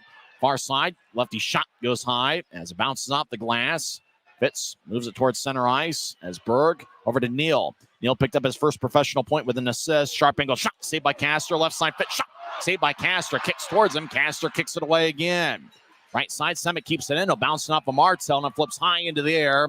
And it goes into row 1 of section 115. As a fan comes away with a souvenir on an end seat. We're talking about best crowds here. Very few empty seats. This probably rivals the close to 8,500 fans we had on February 9th against Idaho.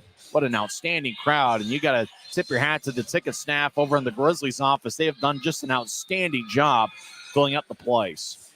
As Fitz had a pretty good look from the far side. It bounced off of Castor's chest.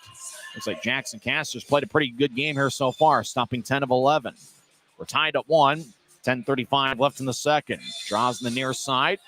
Stapley will take it for Utah against Kosera. Kosera wins the draw as the Nailers will lift it high into the air. It bounces by Cody Corbett.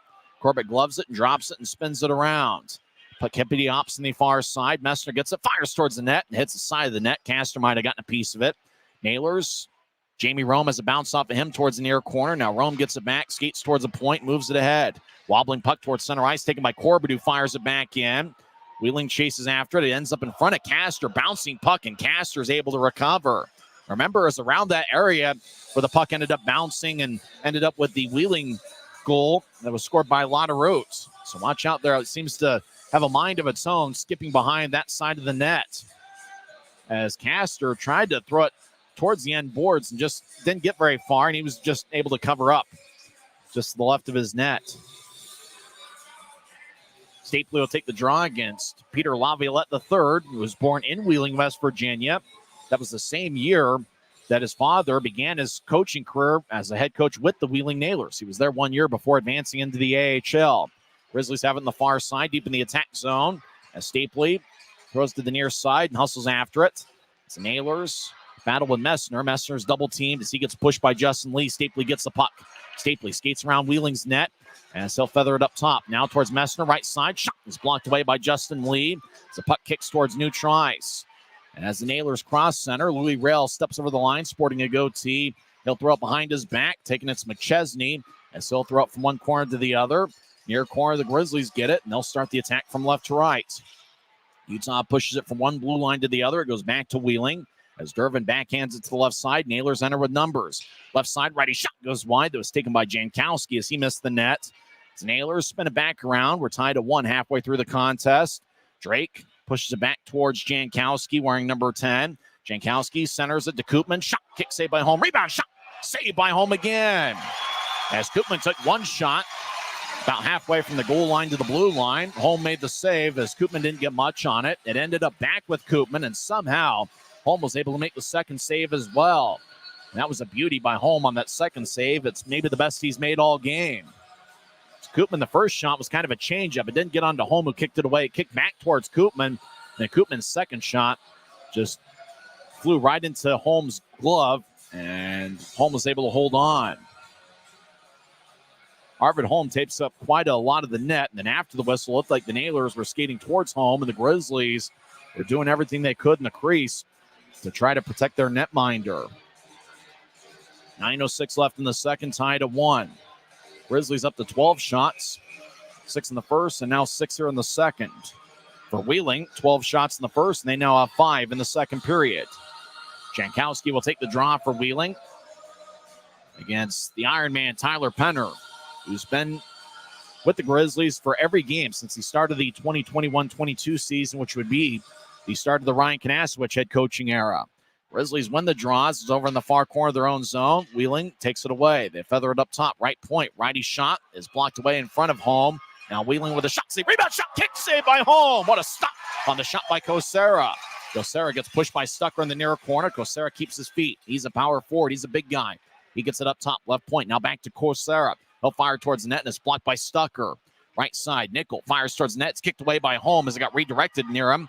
Grizzlies will clear it out to center as the bouncing puck goes into the Nailer zone. Foot race and icing is on Utah with 8:30 left in the second. But what a stop by Arvid Home.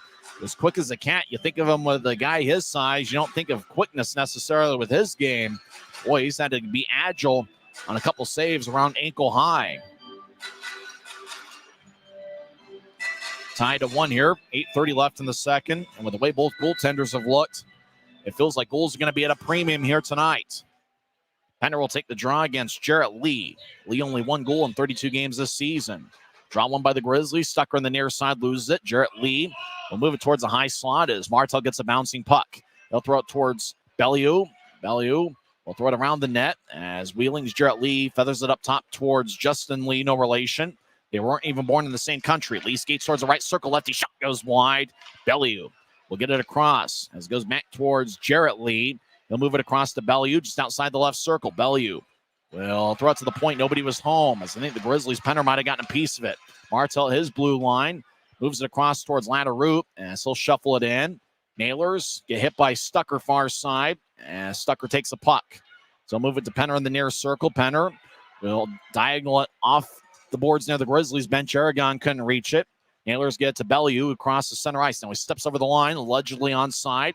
Hill dropping off for Martell, but he was skating the other way. Bocage crosses center ice, 3-on-2. He steps over the line. Bocage gets it across down the middle to Gallant. Righty shot. Saved by Castor.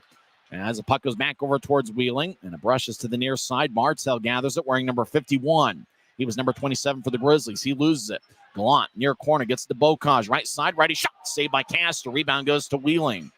As David Drake will lift it high into the air. Bounces to the Grizzlies near the Wheeling bench. Bocage re-enters from the left side. He gets back checked, and clearing it out to center was McChesney. Goes back to Wickers at the Utah line. Over to Corbett.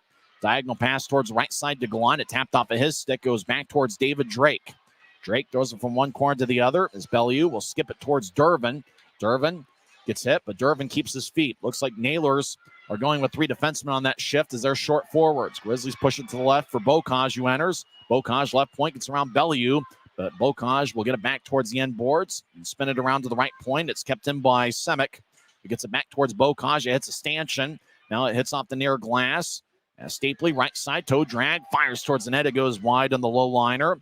Messner gets up top to Mayhew. Mayhew fires it off the end boards. Grizzlies to the near side as they'll skate back towards the point.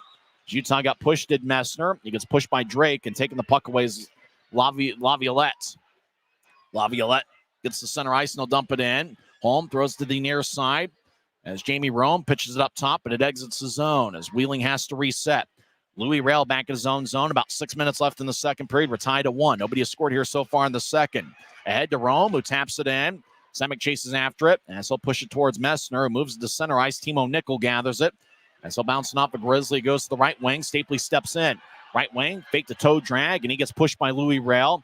Stapley gets up top, but taking it away is Koopman, who's played a good game. Koopman's got great speed. He enters the zone. He'll skate along the near sword. Drops it off for Jankowski. He'll take a righty shot that's blocked as the Nailers roll it around the boards.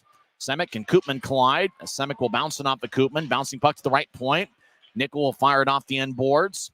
As Wheeling back in the near side. We'll tap it to Koopman, who skates around the net. Wraparound shot goes wide. Nailers, Jankowski up top for Justin Lee. He'll push it across. Nickel over to Koopman. Back towards Nickel, who couldn't reach as the puck rolls along the boards behind the net. As Boomhauer gets it from behind. As he goes down, puck towards the near corner. 2 sticks are laying in the near side. Justin Lee, high slot, lefty shot. Saved by Holm. Rebound goes to Berg, who pushed it and bounced off a Lee stick out to center ice. Justin Lee back at his blue line, angles it to the left side. It banks off the boards. No icing as both teams make a change. Semick long-range pass connects. They'll drop it off to Burke. As Berg over towards Gallant, right side. He'll fire a sharp-angled shot. Glove saved by Castor. He holds on, and we get a whistle. 4 minutes and 39 seconds are left in the second. We're still tied at 1 on the Grizzlies Hockey Network. Smith's always gives you more ways to save on top of our lower than low prices. And when you download the Smith's app, you can enjoy over $500 in savings every week with digital coupons and earn fuel points to save up to $1 per gallon at the pump. With a Boost membership, you'll save even more with double fuel points and free delivery. Discover more ways to save big every day. Smith's, fresh for At Black Bear Diner, you always get more. More choice, more amazing food, more value, from huge breakfasts to delicious lunches and hearty dinners. Black Bear Diner has more for you. So get more when you want it, the way you want it, and get it today. Good old-fashioned family food, Black Bear Diner. Black Bear Diner. 4 minutes and 39 seconds are left in the second period. Here as Grizzlies Fight Cancer Weekend continues. Remember, you can bid on the game-worn jerseys up until 10 o'clock. Sweet-looking jerseys. Purple jersey with white numbers in the back, a little bit of black trim, white letters in the back, and on the bottom of the jersey and on the arms just below the elbows are names of those who are fighting cancer, those who have lost their battle to cancer, and those that continue to fight the brave fight. As Utah wins the draw, Adam Berg, slot lefty shot is kicked away by Castor. Jackson Castor, the starter tonight, first time he's played against the Grizzlies, first-year pro out of St. Cloud State. Left side, Gallant fires towards the net, it's kicked away by Castor. As the puck goes towards Max Neal, as he gets pushed by Justin Lee. Near corner, Berg gets pushed, but he keeps his feet. Adam Berg, right side. He's got a 5-game point scoring streak on the line. Berg dances around to the near side as he shakes and bakes, gets up top to Stone. Stone fires towards the net. Saved by Castor in the butterfly position. And Castor gobbles it with 4:10 left in the second. The Grizzlies will have an offensive zone draw. They didn't take a shot there in the first segment of the second period, but they've rallied and they have now taken 11 shots here in the second period. During the second intermission, we'll recap the first 2 frames and also go over some scores from around the world of sports. Well, last night was a nail-biter, pun not intended, or maybe it was intended, I'm not sure. Tonight might end up being the same way. There's a lot of puns you can use with a team name like the Nailers in town. Wheeling wins the draw as they'll push it towards Rail. As he'll throw it to the left side. Pass is picked off by Mayhew. He bobbles the puck, gets it back. He snares to Messner. Take a shot that goes wide as Messner had a good look from the slot. He just missed the net. The Nailers will throw it all the way down. No icing as Jankowski will let it go towards Coursera. Coursera around the net towards the near side as he's now on the near circle. So dropping off for Bellew. They'll fire towards the net and it's blocked away by Mayhew's stick. Puck goes back towards Bellew, but he battles and Utah comes up with it. Cutler moves to the near side. Diagonal pass off the near boards goes to Cutler. Cutler skates towards the right side. Now towards the net. Shot saved by Castor as Cutler was back checked by Bellew. Home goes all the way out towards the far circle. He plays the puck near the blue line. Blue line to blue line pass. Wheeling fires towards the net. It lifts back and it goes over the net. Home was way out towards the blue line. Stapley out at center ice. Moves ahead to Fitz down the middle. Take a righty shot. Saved by Castor. And he holds on. Boy, when's the last time you saw a goaltender play the puck out near his blue line like that, like Home did? He was out near the Wheeling bench. He moved it from blue line to blue line. Wheeling got it. Home was way out of his net. So Wheeling just lofted it towards the net, airborne, and it ended up over the crossbar. Luckily for the Grizzlies to keep it a 1-1 tie. Categorize that in something you don't see every day. Penner will take the draw. I remember a guy on a delayed penalty, a goaltender was skating towards his bench, played it at center ice, and picked up a penalty on an opposing team last year. I think that was against Allen and Chase Perry. Wheeling gets the puck. They'll cross center ice, skating from right to left as they'll loft it in. Puck skips towards the near corner as Durbin gets hawked by Penner. Penner holds up Durbin. Taking the puck is Cody Corbett, the Minnesota native, as he gets hit from behind Utah's net. Puck will shuffle towards the far corner as they move it up top. Right side, nickel shot saved by Holm, and he holds on as Corbett and Laviolette push each other out in front of Holm. It's been a pretty good Grizzlies debut so far for Arvid Holm, who has saved 19 of 20. On the other side, Jackson Castor has had to make some big stops of his own. He has saved 18 of 19 in all 13 Utah shots here in the second period. So draws game in the far circle. Michael McChesney will take it for Wheeling against Utah's Cole Gallant, last night's hero. Gallant, the Western Michigan product. Towards Gallant's right shoulder is Jamie Rome, his college teammate at Western Michigan. Wheeling wins the draw. Nickel right point. Righty shot goes wide towards the near side. Wheeling delivers a blow, but Utah keeps their feet. Left point, Jamie Rome will fire it towards the corner. It bounced off of Bocage. As Grizzlies get it, they'll move it out to center. Utah will push it ahead. It goes to center ice, but it's taken back by Durbin. Make that Drake ahead to Rome, who enters from the right side. He'll drop it off. Nailers skate towards the circle. Utah pokes it away. High slot. Nickel directs it to the near side as Boomhauer takes a left wing shot that's blocked. It goes towards Drake, who danced around the left point. Now he feathers it to Nickel. Now it goes back to Drake. Drake fires towards the net, and it goes wide as he was looking for a redirection from Boomhauer. As Bocage tried to pitchfork it out and didn't get very far. McChesney throws it in deeper to the Grizzlies zone. As Boomhauer gets pushed by Semick. Semick on two knees as Boomhauer delivers a push near Semick's helmet.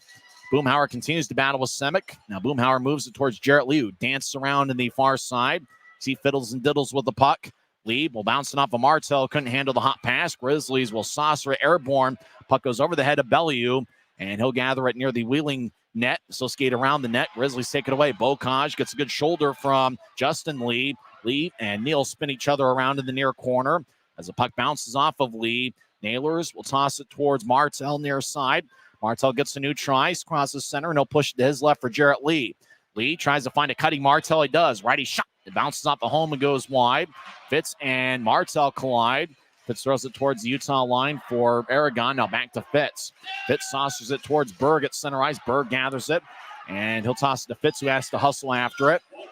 Deep in the Wheeling zone, Fitz and Drake collide. Big collision behind the Wheeling net. Martell diagonals it to the far side for Drake, who crosses center ice. He'll push to his left for Jarrett Lee, who couldn't reach it. As Nailers had crossed center ice, no icing. A stucker dance around the far corner. Grizzlies spread the ice. 42 seconds left in the second. We're still tied at 1. He'll move it to Stapley, who crosses center ice. Stapley gets around Jankowski. Stapley towards Berg around the net. Berg collides with a teammate and Fitz towards the near side. We'll tap it off the boards. Right point. Mayhew keeps it in. He'll skate towards Fitz. Now Mayhew in the corner. It's Mayhew. We'll get it back towards Fitz, but taken away is Jankowski, who anticipated the play. A new tries. Wheeling skates in. Fitz trips up. Wheeling no call as the officials let them play as the puck flips high into the air, bounces off the glass and out of play into row 1 of section 113. Kosera wanted delay of game, but the puck bounced off the glass, said the referee, Marc-Olivier Faneuf. Draw's going to be in the Grizzlies zone. 12.5 seconds left in the second. If I had to guess, I would say there's over 8,000 here tonight. An outstanding crowd with very few empty seats. Maybe even close to like 8,500. But an outstanding showing here from the Grizzmaniacs at Maverik Center. Grizzmania is alive and well this season.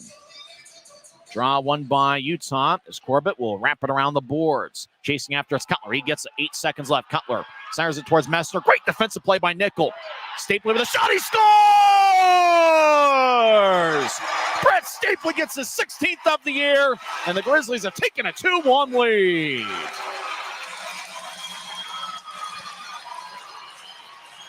What a play by Stapley as the puck just bounced towards him in the slot. Stapley roofed it over Castor to give Utah the advantage. And how about Brett Stapley? You talk about a guy that's been red hot. He now has 7 goals in his last 7 games. That's that forward line of Cutler, Messner, and Stapley. It comes up big as that forward line gets a pat in the back from Grizzlies head coach Ryan Kanaswich. Kanaswich looking for his 100th victory as a Grizzlies head coach. And he's 20 minutes away from getting just that as Stapley went right over the right shoulder of Jackson Castor. Draw one by the Grizzlies. Now we'll do it for 40 minutes here at Maverik Center as Brett Stapley scored 19:57 into the second period with the assist going to Mick Messner and Brandon Cutler. Cutler gets his 16th assist this season, and for Mick Messner, who had 4 assists last night, he now has 18 assists on the campaign. So it's the Grizzlies 2 and the Nailers 1. Big momentum swing heading into the locker room. Utah, when leading after 2, have a record of 12-2-1. They are 10-1 at Maverik Center when leading after 2. Well, we got a fun 30 minutes in store as Utah leads 2-1. As now we got some real pushing and shoving. We got a confrontation near the Grizzlies bench. Has some players on the Wheeling side going after Utah. Jackson Hibbert, the equipment manager, is wondering why everybody's lingering out towards the bench. As a lot of words being exchanged, the officials are telling both teams to cease and desist and head to the locker room. Looks like some Wheeling players aren't willing to do so without a few words being exchanged. Is everybody now lingering? A congregation near the Grizzlies bench, and now cooler heads are prevailing as both teams will head to the locker room. It's the Grizzlies 2 and the Nailers 1. Ryan Kanaswich looking to become the 5th Grizzlies head coach to win 100 games behind the Utah bench. He's got 99, and he's looking for his 100th here tonight. He would join Tim Branham, Butch Goring, Kevin Colley, and Don Hay. Those are the other 4 head coaches in Grizzlies history that have 100 or more wins. We'll come back and recap the first 2 periods as Brett Stapley scored with 3 seconds left in the second, and that gives Utah a 2-1 lead after 2 periods. This is the Grizzlies Hockey Network, presented by Rio Tinto Kennecott. Maverik's new bean-to-cup machines always deliver a freshly ground cup of coffee on demand, so you can enjoy any of our premium roasts at their best, day or night, hot or iced. Enjoy a fresh cup today. This isn't just copper. It's our job. It's food on our family's tables. Without it, we couldn't stay in touch. It's what keeps our homes warm. and our lights on. It's the power behind the team and a greener, brighter future. This isn't just copper. It's a proud Utah and a strong America. At Black Bear Diner, you always get more. More choice. More amazing food. More value. From huge breakfasts to delicious lunches and hearty dinners. Black Bear Diner has more for you. So get more when you want it, the way you want it, and get it today. Good old-fashioned family food, Black Bear Diner. Black Bear Diner. Smith's always gives you more ways to save on top of our lower than low prices. And when you download the Smith's app, you can enjoy over $500 in savings every week with digital coupons and earn fuel points to save up to $1 per gallon at the pump. With a Boost membership, you'll save even more with double fuel points and free delivery. Discover more ways to save big every day. Smith's, fresh for everyone.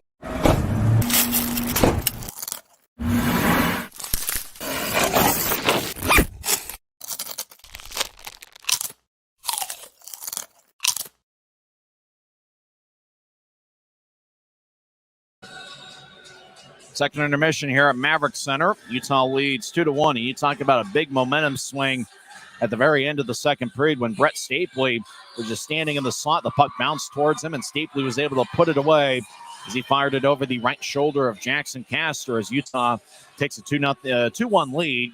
That was the only goal scored in the second period.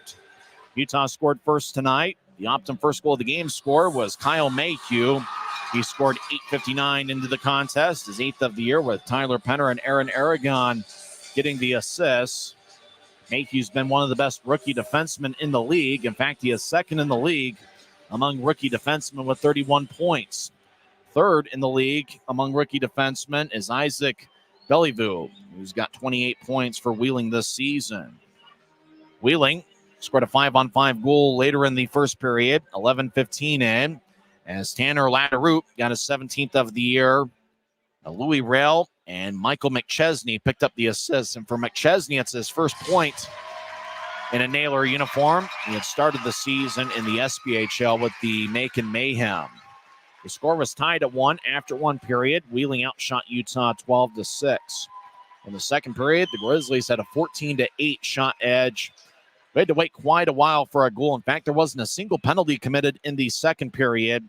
And the only goal was scored at 19:57 in with Brett Stapley getting his 16th of the year. Stapley is now in a tie with Nathan Burke for second on the club in goals. Brandon Cutler and Mick Messner picked up the assists. What a series for Messner. He had 4 assists last night in Utah's 4-2 victory. Messner now has 18 assists this season. Messner has 11 assists in his last 11 games, with this being the 11th contest.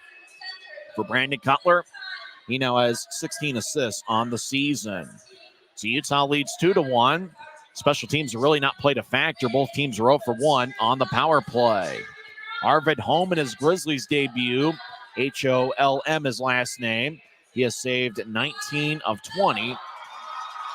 For Wheeling, Jackson Castor has saved 18 of 20. And Castor was certainly busy, and he was outstanding in the second period. And obviously, he stopped the first 13 shots in the second before Brett Stapley scored at the very end.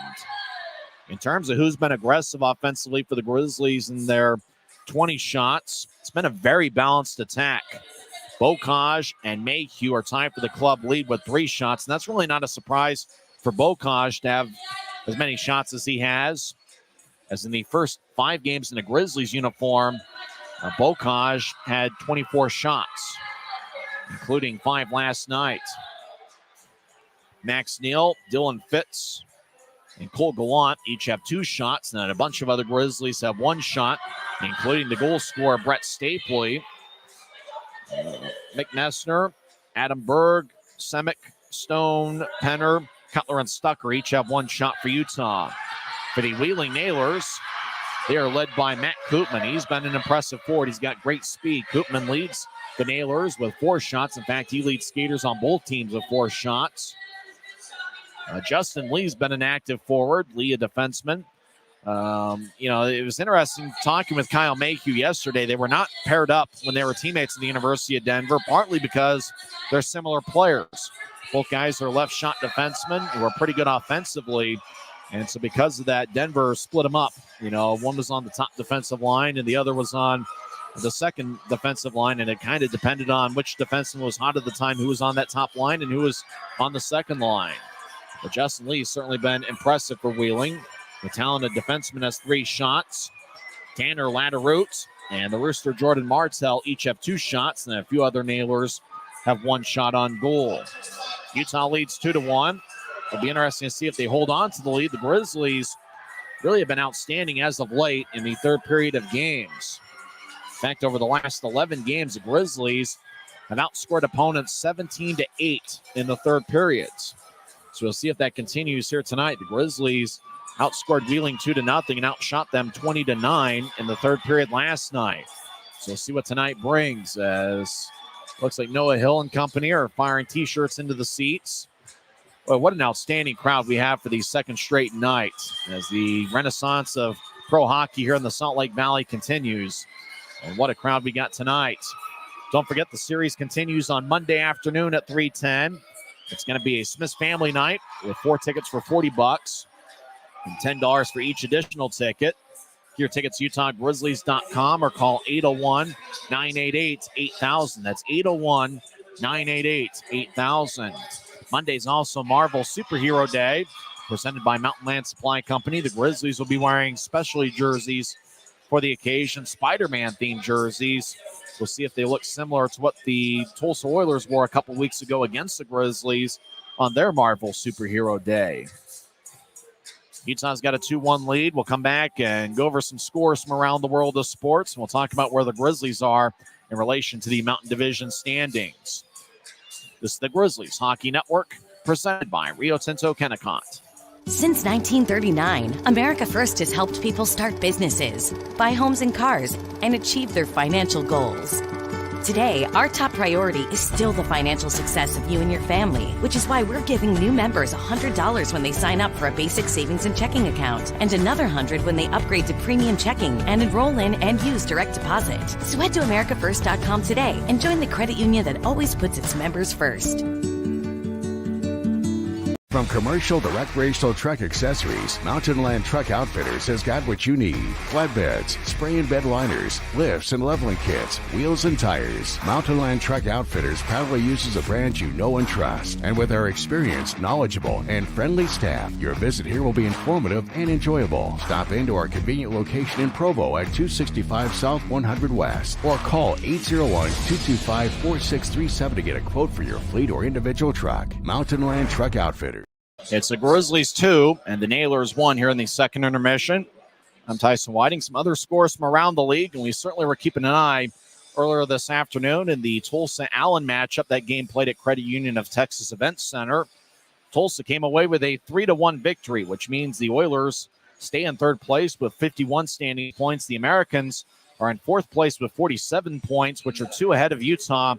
Grizzlies are in fifth place with 45 points. And so with Allen already losing today, if the Grizzlies come away with a victory tonight, that means that Utah will be tied with Allen for fourth place in the Mountain Division standings. Tulsa got goals from Michael Farron, Tyler Polson, and Eddie Matsushima. Allen got a goal from Gavin Gould. Oilers defeat the Allen Americans 3-1 earlier today. Norfolk defeats Maine 4-2. Former Grizzly forward Keaton Jamison had 1 assist. The 2-time defending Kelly Cup champion Florida Everblades defeat South Carolina 4-1 in a battle of South Division powerhouses. Florida's record goes to 24-14-7-2. They're in fifth place, though, in the South Division, but with the victory, they pass Orlando for fourth place. Adirondack shuts out Trois-Rivières 3-0. Kalamazoo upsets Toledo 4-2. In a shootout, Reading defeats Newfoundland 4-3. Jacksonville over Savannah 5-2. Greenville defeats Atlanta 4-2. Indy gets a 5-2 victory over Iowa, and because of that, Indy takes over second place in the Central Division standings. Indy came into play today, tied for second with the Wheeling Nailers. So Wheeling is looking for a victory to try to find a way to stay in a tie for second in the Central Division. How about this for an upset? The Wichita Thunder get their 4th road victory of the season. Who did they defeat? The first place Kansas City Mavericks, 5-3 over at Cable Dahmer Arena. Interestingly enough, Kansas City's been a better team on the road this season. Mavericks with the loss are 16-7-2 at home, but on the road, Kansas City is 20-0-1. The Mavericks will be at Maverik Center here late in the regular season. Cincinnati gets a 4-3 victory over Fort Wayne. That's an interesting Central Division matchup that a lot of Wheeling fans are keeping an eye on. Grizzlies are keeping an eye on the Mountain Division battle that's taking place in the Monument tonight. After 2 periods, Idaho leads Rapid City 3-1. That was a game that was scoreless after 1 period, but the Steelheads got goals from Lincoln Earn, Will Merchant, and Mark Rassel. Rapid City got a goal from Keanu Yamamoto. Interesting to see Rassel find the back of the net once again. The former Fort Wayne Comet picks up his 29th goal of the season. Both teams have taken 26 shots, but it's Idaho that leads Rapid City 3-1 after 2 periods. We'll come back and go over some stats of this second period, and we'll talk about what the Grizzlies need to do to come away with 2 standings points and get their 8th home victory over their last 9 games. It's the Grizzlies 2 and the Nailers 1. We'll come back in 30 seconds on the Grizzlies Hockey Network.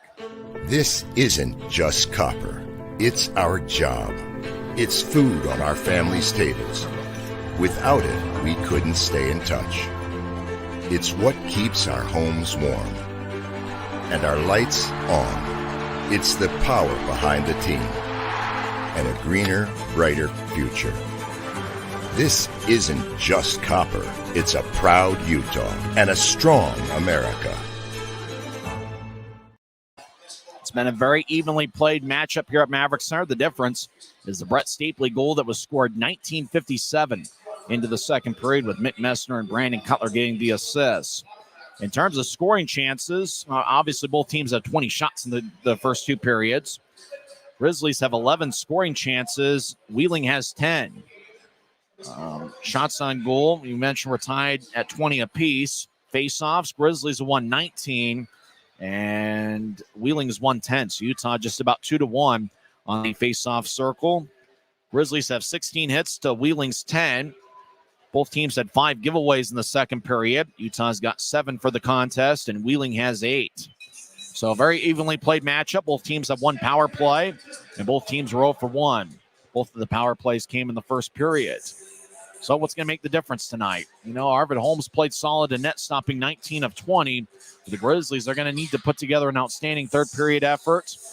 And let's see if they can find a way to get some insurance, as they got the 1-goal lead right now. Last night, when the Grizzlies had the 1-goal lead, you know, Wheeling had some good looks. But last night, Dante Januzzi was up to the task. Can Arvid Holm do the same in his Grizzlies debut tonight? If they can, that means that Ryan Kanaswich would become the 5th Grizzlies head coach to get 100 victories behind the bench. Tim Branham has the Grizzlies' all-time record. He has 284 victories for Utah. Butch Goring is in second place with 178 wins. But remember, Goring did all that in just 4 seasons. Kevin Cawley had 157 wins in 5 years as Grizzlies head coach. Don Hay was behind the bench for 3 seasons in the AHL era. Hay had 104 victories, and Ryan Kanaswich in 2.5 years has 99 wins. I remember, in all 99 of the Ryan Kanaswich wins here over the last 2.5 seasons featured Tyler Penner on the ice, as Penner has not missed a game in the Ryan Kanaswich era. Both guys joined the fray. Kanaswich is head coach. Obviously, he was the Grizzlies' assistant for 3.5 years before that. But Kanaswich joined as head coach at the start of the 2021-22 season, and that's the same time that Tyler Penner joined the club as a forward. So, you know, you talk about Kanaswich possibly picking up his 100th victory as a Grizzly. Well, the same thing would be the case for Tyler Penner, the Grizzlies Iron Man, who is making his 192nd consecutive appearance for Utah, and that's the same number of games that Ryan Kanaswich has been behind the bench as Grizzlies head coach. We'll come back in 2 minutes and have third period action as everybody dancing away here at Maverik Center. An outstanding crowd of, I believe, over 8,000 on hand as Grizzlies lead the Nailers 2-1 as we're live at Maverik Center on the Grizzlies Hockey Network, presented by Rio Tinto Kennecott. At Black Bear Diner, you always get more. More choice, more amazing food, more value, from huge breakfasts to delicious lunches and hearty dinners. Black Bear Diner has more for you. So get more when you want it, the way you want it, and get it today. Good old-fashioned family food, Black Bear Diner. Black Bear Diner. Smith's always gives you more ways to save on top of our lower-than-low prices. And when you download the Smith's app, you can enjoy over $500 in savings every week with digital coupons and earn fuel points to save up to $1 per gallon at the pump. With a Boost membership, you'll save even more with double fuel points and free delivery. Discover more ways to save big every day. Smith's, fresh for everyone. Welcome back to Maverik Center. We're about set for third period action. Remember, at the very end of the period, there was a bit of a commotion near the Grizzlies bench. There was some pushing and shoving and some words being exchanged. We know it's a close game, so neither team really wants to take any dumb penalties. We'll see if the physical play carries over into this third period. Arvid Holm is a big guy listed at 6'4". Looks even taller and bigger than that. As he's near the Grizzlies bench, he is backed up tonight by Will Cranley. Both Holm and Cranley have NHL entry-level deals. Holm has a one-year contract with the Colorado Avalanche, a two-way deal with the NHL and AHL. For Will Cranley, he's in the second of an NHL entry-level contract with the St. Louis Blues. On the Wheeling side, for Jackson Castor, he has saved 18 of 20. It's the first time he's played against the Grizzlies. He played his college hockey at St. Cloud State University. Castor played in 2 games with the champion Florida Everblades at the end of the last regular season. In 8 games with Wheeling, he's got a 6-1 record with a .906 save percentage. The same forward line that combined for Utah's second period goal are out there to start the third period. Brandon Cutler, Brett Stapley, and Messner, with Stapley taking the face-off. A lot of minutes tonight for Robbie Stucker and Kyle Mayhew, and you have to be impressed with what you've seen from Stucker. The other defensemen, Quinn Wickers, as well as Jacob Semick, Jordan Stone, and Cody Corbett. Corbett's played a lot more minutes here tonight, and he's done a solid job. So working on a patch of ice near center ice. Big cornhole here at Maverik Center this afternoon. That's right, cornhole on ice, first ever edition. And it looked like it went pretty well. Great job by Cam Levy organizing the occasion there. Grizzlies will be skating from right to left as we see it from high top section 114. Wheeling will be skating from our left to our right. Drawn one by the Grizzlies, Mayhew his blue line as he dances around. Now push it towards Stapley, make that Stucker back towards Mayhew. He pushes ahead near the Wheeling blue line. It's taken by Jankowski over towards Kosera. Kosera centers it, but it's tapped by Cutler. Stick and it goes to center ice. Bouncing puck is taken by Koopman. Will brush it ahead. Kosera pushes Mayhew into the Grizzlies zone. As Stucker gets a good shoulder from Koopman. Grizzlies will fly it in as they make their first line change 30 seconds into the third period. Nailers, Matthew Kosera, the power forward, crosses center ice, steps over the line down the middle. As Silver towards the far wing boards, Kosera will spin it around as it's taken by Nickel, who feeds it across. Left point, lefty shot gets kicked away. Now Koopman, left circle, shot goes wide. Nickel, right side shot, saved by Holm.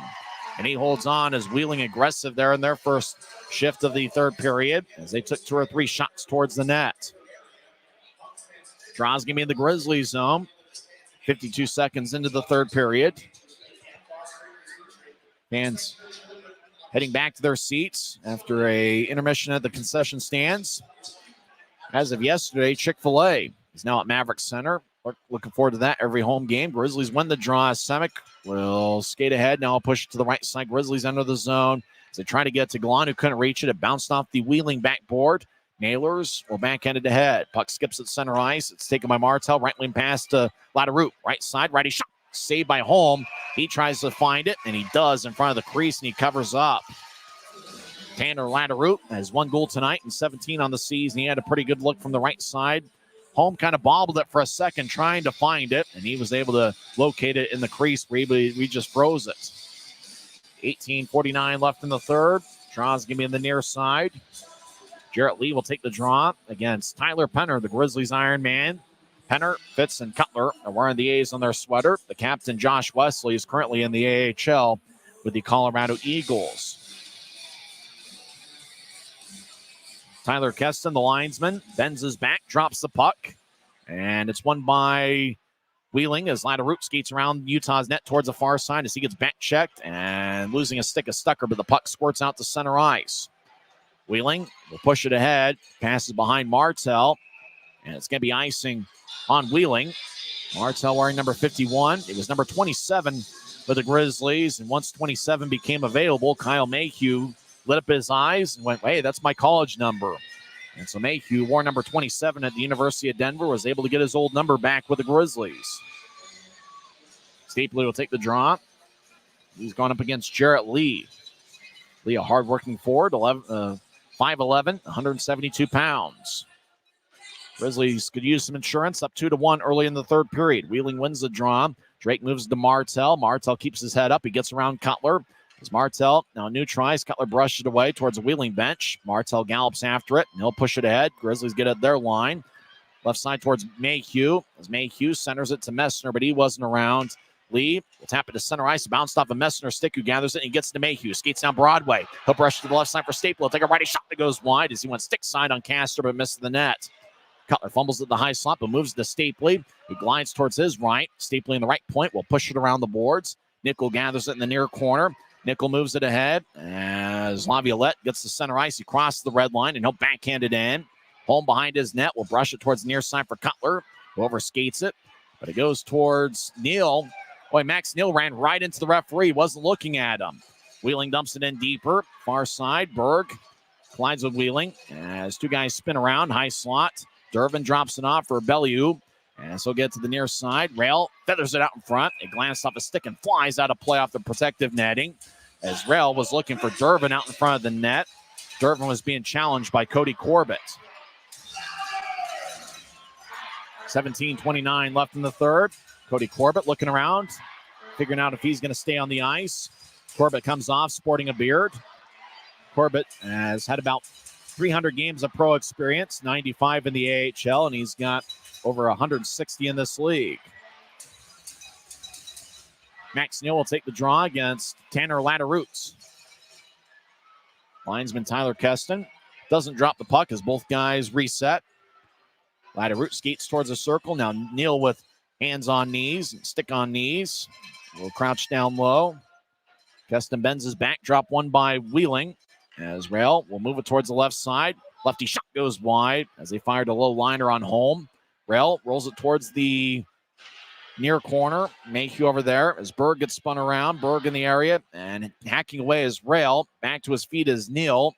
As Neal will push it towards the point. Wobbling puck goes to center ice. Wheeling resets. Bellew will backhand it in. It doesn't go all the way deep in the Grizzlies zone. As Semick will bank it off the near boards. Over there is Neal. No icing as Neal around the net.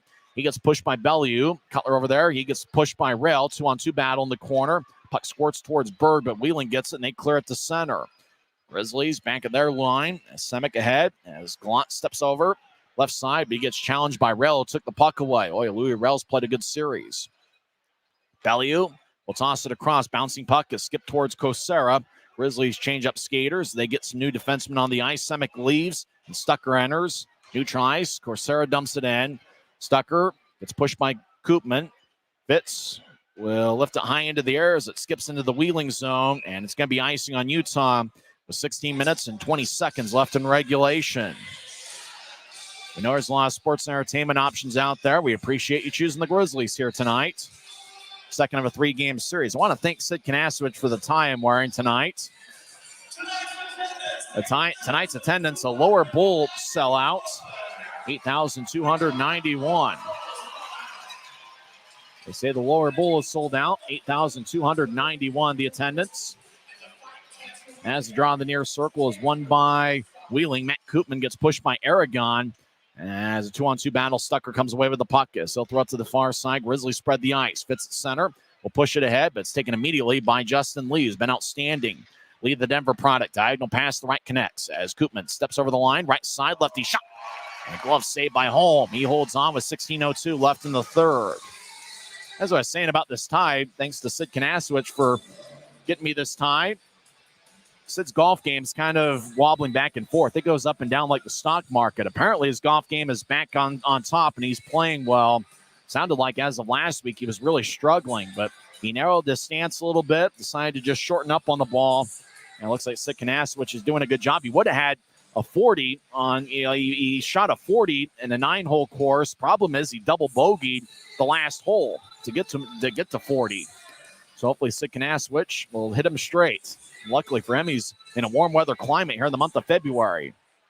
Nailers win the draw, trailing 2-1. Right point, Nickel with a shot that goes wide after the Nailers won the face-off. Martell throws to the left circle. One-timer goes wide. Nickel getting over there, Burke, but Burke clears it out. It goes into the Nailer zone, taken by Lee. Bank behind his net. He'll push it to Nickel on the near side. He'll move it across the Nailers. Cross center ice. Lee will fly it in. As puck towards the near side, it bounced off the Martell. It gets held up by Corbett. Taking the puck is Bocage on 2 knees. He'll move it ahead. Left point. Wheeling has it. They'll toss it to the corner. Martell behind the net. As it go between his legs as he got hit by Corbett. Burke avoids a check of Jarrett Lee. As Corbett with a push on Jarrett Lee. Puck squirts towards the far side. It's taken by David Drake. Drake a +21 will move it behind Utah's net. As Martell to the far side gets challenged like a hawk by Burke. Martell drops it off. Now across to Drake. Right circle. Drake feathers it out in front. Righty shot. Goes high and wide out of play. As Drake was looking for a cutting Louis Rell in front of the net. Rell yells something that's not Disney approval. As a pass connected across to Rell. Rell in a one-timer. Just lifted it all the way out of play. 15:01 left in the third. Rell at the end of the play, once he saw it went out of play, yelled, "Darn it," I think. As Rell had it, and it just skipped off his stick and flew out of play. Golden opportunity there for Wheeling. Nailers have outshot the Grizzlies 3-0 here in the first 5 minutes of the third period. Utah leads 2-1. Draw on the far circle is won by Utah. Skating from right to left here in the period. As Wickers loses his balance, he crashes off the end boards. Taking it is Durbin. He's on the left side. He'll skate towards his right. Durbin keeps it in. He's strong with the puck. He'll dance around back towards the left side. He fires lefty shot. Saved by Holm. Holm will one-hand it back to the point. Far side, Durbin. Toss to the far circle. It's taken back by Utah. Messner will lift it ahead. It goes to Cutler at center ice. Cutler will bounce it off the glove of Durbin as it was about shoulder high. Stapley trying to get it to Cutler. Pass was wide of the mark towards Wheeling as they'll move it to center ice. Koopman at the Utah line. Hacks away as Mayhew will toss it deep in the Grizzly zone. As McChesney and Mayhew push each other behind Utah's net. Grizzlies will drag it out to center ice. Utah across the center. They move it to Messner on the right wing. Messner backhand shot. Saved by Castor. And he holds on with 14-14 left in the third. That was the first shot taken by the Grizzlies in the third period on a backhand look from a sharp angle by Mick Messner. Faceoff's going to be in the Nailers zone. Max Neal on the ice. Scratches for Utah tonight. Cody Cron, Jeremiah Addison, and Dean Yakura, the three forwards. Defenseman Cade Jensen and Michael Underwood continue to be out battling injuries. Grizzlies won the draw. Adam Berg, who missed last night's game, he's back in the lineup. He gets pushed and divorced from the puck as Wheeling crosses center ice. Utah's Robbie Stucker took it away. He'll saucer it ahead to Berg. Passes wide of the mark as Berg was skating towards Utah's net. And icing is on Utah with an even 14 minutes left in the third. Both teams will be off tomorrow. Monday afternoon is going to be an interesting matchup. Remember, the Grizzlies traditionally play an afternoon game on President's Day, and this year's no different. 2:50 pregame show, 3:10 face-off, but we want to see it here at Maverik Center. Tonight we got 8,291. Who knows what we'll get here on Monday night or Monday afternoon. Note the special start time. It's going to be a 3:10 start on Monday for the series finale. Jankowski will take the draw against Max Neal. It's won by Wheeling. As Justin Lee moves it across. Cross-ice pass bounces off of Mayhew. Lee keeps it in. Right side, lefty shot. Kick saved by Holm. Rebound back towards Bocage. She overskates it. Neal gets hit by Koopman. Jankowski over there as he battles with Bocage. Puck back to the point. Wheeling comes out of the pile with the puck. They'll skip it towards the near wing boards. As Kosera will throw it across. Bocage will clear it out as it lifts towards Justin Lee, who gathers it at the Wheeling line. Grizzlies make a full line change. Up ahead to Kosera, who taps it in from neutral ice. Fitz collides with Koopman, who's strong with the puck. Koopman feeds it up top. Grizzlies take it away. Aragon clears it back to center. Nailers peel back into their own zone as they'll saucer it over towards Nickel. Nickel moves it across to the left side as the Nailers cross center. Durbin loses it as he was entering the zone. Drake gets it back. Kosera across towards Nickel. Right side. Nickel fires a righty shot. Kick saved by Holm as the puck sports towards the left point. Now lefty shot is blocked in front of Holm. Now shot saved by Holm. Rebound goes to the near side. Aragon will bank it off the near glass. Penner battles at the line. It goes out to center. Great job by Aaron Aragon to clear it out. Nailers back in their own zone. They'll push it across. Penner looked to pick it off, but he couldn't handle it. Nickel crosses center ice. He fumbles it, but brushes it ahead. Corbett backhands it ahead, but Latteroute keeps it in. Latteroute far side will rip it around the boards. Fits in the near corner. Collides with Martel. Puck goes back up top to Nickel, who hits Penner. Fitz will lift it over Nickel's head. It looks like it's going to be icing, but it rolls towards the slot. Grizzlies could make a line change. They roll towards the crease with Castor. Long-range pass, tips off a Latteroute stick, flies into the Grizzlies zone. So Wheeling makes a change. 7.5 minutes into the third period. Utah still leads 2-1. Mayhew behind his net will push it across to the near side as Bocage moves ahead to Gallant. Gallant, who scored the game winner last night, gets into the zone near side. He gets it taken away. It's the Nailers 2-on-2 cross center ice. Bellew glides towards his left. He enters the zone. Skates towards the left circle. Lefty shot. Saved by Holm. Rebound gets tipped towards the near boards. As Boomhauer tries to roll it around, it's cut off by Utah. As Gallant skips it ahead to Bocage, who gathers it 2-on-2. He crosses center ice. It gets brushed by Bellew. Bocage gets it back and dumps in deeper as Bellew dumped Bocage, who ended up on his keister. As the Nailers, Jamie Rome crosses center ice. He'll skip it to his left. As Boomhauer gathers it, fires towards the net. It goes wide. Justin Lee at the point will tap it to the corner and it hits off for Rome. Rome's on the right side. He'll skate towards the corner now, dropping off for Lee. He'll move it across. David Drake, high slot, will fire it off the corner intentionally near side to Stapley. Gets pushed by Boomhauer very physically. As Bocage throws to the point, Lee keeps it in as he'll lift it over Bocage and Weckers. Near corner, Grizzlies gather it as they get pushed by Durbin. Durbin delivers a back check on Semick, no call. Only one power play each side tonight as Bocage clears it out to center. Lee moves to the left side. Nailers regain the line as Wickers took it away by Durbin. Durbin delivers a good hip check on Wickers. Laviolette kicks it up top for Justin Lee, who slides it across to Martel. Martel right side, righty shot. Saved by Holm. Grizzlies clear it out as Wickers one-handed it all the way into the Wheeling zone. Justin Lee chases after it as Wickers and Semick come off. Puck skips into the Grizzlies zone, and it's going to be icing on Wheeling with 10:33 left in the third.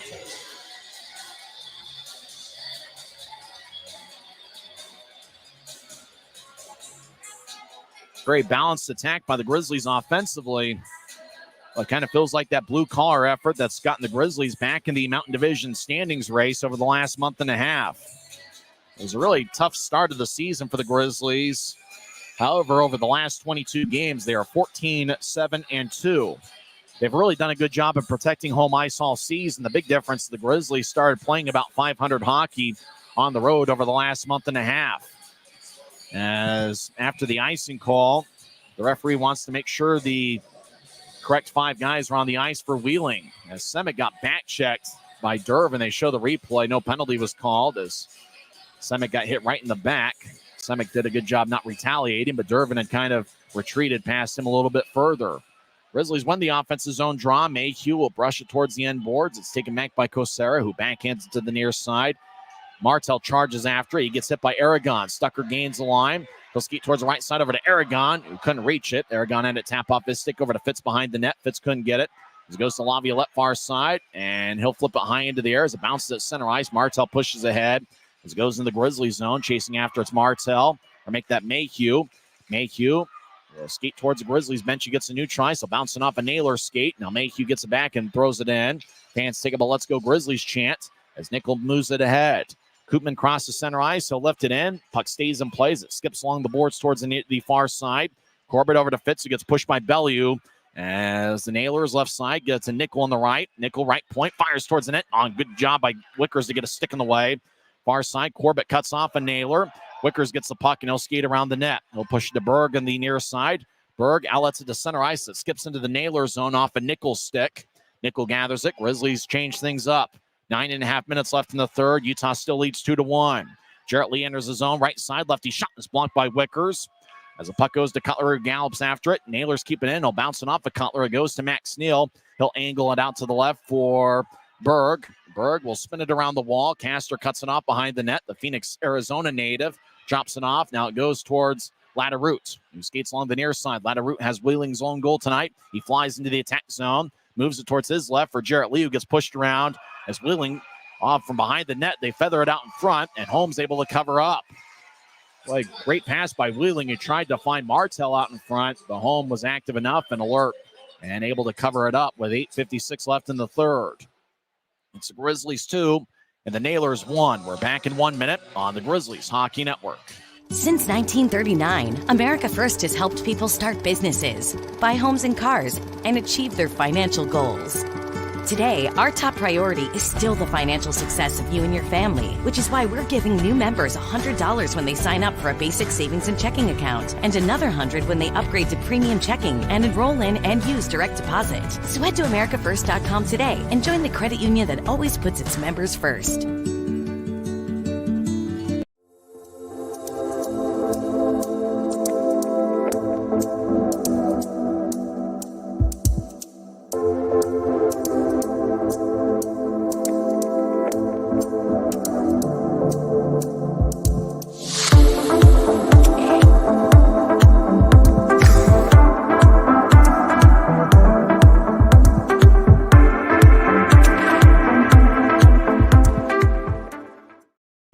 It's the Grizzlies 2 and the Nailers 1. 8:56 left in the third period. Draws going to be in the near circle. Arvid Holmes been outstanding tonight in his Grizzlies debut, stopping 26 of 27. Face-off won by Utah. Stucker does a good job boxing out, Wheeling in the near corners. Latterroot tries to root it out. Puck goes back towards Messner, who drops it off for Stapley, who crosses center ice. He crosses center and saucers it into the right corner. Cutler back to Stapley, who tries to center it out in front to Messner. It goes wide. As the Nailers, Rail will move it to the left side to bounce off a Martell skate. Stucker will charge after it. He'll tap it off the far glass. Puck skips high into the air as Cutler gets it towards Messner. Messner on the left side trying to center it to Cutler, but he was cut off by Louis Rail. Puck in the far corner. Wheeling has it as they skate from left to right. They'll bounce it off the Cutler's skate. Goes back towards Nickel, and he gets taken away by Messner. Messner in the attack zone. Far side, he gets pushed by Nickel, and Messner goes flying. No penalty on the play. Nickel continues to stand over Messner. As puck in the Grizzlies zone, right side, Latterroot will dance back to neutral ice. Fans wanted a penalty on Nickel. As Latterroot moves to his right for Jarrett Lee, who gets it as he enters the zone. Now Drake will tap it off the end boards. Goes back to Quinn Wicker as a former Nailer. He played the last 2 years with Rapid City. Grizzlies get to Bocage. He'll bounce it off the linesman. Linesman got hit near the face, but he stays in. Blue line to blue line pass connects. As Gallant gets checked from the left side by David Drake. Drake stares down Cole Gallant as play starting to get physical. Nailers moving out to center ice for Jamie Rome. Rome, the rookie out of Western Michigan. Steps over the line, stops in the left point. He's being shadowed like a hawk by Semick. He'll move it ahead. Righty shot. Saved by Holm as the shot was taken by number 16, McChesney. Good job by Rome in the left point, getting it to McChesney in the far circle. McChesney had a pretty good look as they show the replays. Nickel just threw Messner towards the far corner. Messner went down, and then Nickel thought he got tripped up by Messner. Then Nickel continued to stare down Messner for a good 10 seconds. 7:27 left in the third. Wheeling has outshot Utah 8-1 here in the third period, but the Grizzlies have held strong, and they maintain a one-goal lead. Pender, the Iron Man, will take the draw against Peter Laviolette. Draw one by Wheeling, left side, righty shot goes wide. That shot once again taken by McChesney. As Justin Lee gets pushed in the near corner by Aragon. Puck up top to McChesney. Grizzlies do a good job, and Dylan Fitz clearing it out as he pushed McChesney out to neutral ice.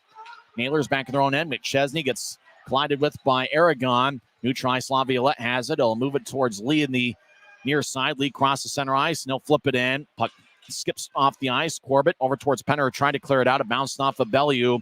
Now the puck bounces and hippity hops towards the Grizzlies end wall, taken by Semick around the net. And so clear it out. Goes out to neutral ice where it's taken by Lee. Justin Lee ahead to Laviolette, who skates down the middle. He moves to his right for Boomhauer. Shaw Boomhauer, right side, looks to center to bounce off a Semick skate. And it goes towards Mayhew. Mayhew gets tracked from behind. The referee spotted it. Corsia as the Nailers touch it up. Corsia was on the back check there, pushed Mayhew, and the referee spotted it. We haven't had many power plays tonight, just one each. The hooking's a call. Nailers couldn't believe it as they argue the case. Matthew Corsia will go to the box for 2 minutes. Boy, the Grizzlies sure could use some insurance here. They've got a 2-1 lead. As Mayhew got pushed from behind, he lost his balance. While he was down, Mayhew was able to brush it ahead to Messner out of neutral ice.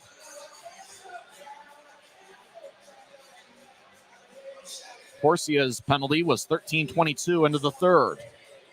2-1 Grizzlies. They were 1 for 6 last night on the power play. They're 0 for 1 here so far. They didn't get a shot in their power play in the first period. Cutler will take the draw. He's got Fitz to his left and Bocage to his right. Up top is the Denver connection, Mayhew and Stapley. Utah wins the draw. Stapley right side fires towards the net. Bouncing puck towards Castor, and he covers up. As Stapley fired away from the right point, it bounced off the stick, and the skipping puck was gathered by Castor just to his right. He was able to hold on. 6 seconds into the Grizzlies power play. This time the draw is going to be in the right circle on the far side as Utah skates from right to left in the third period.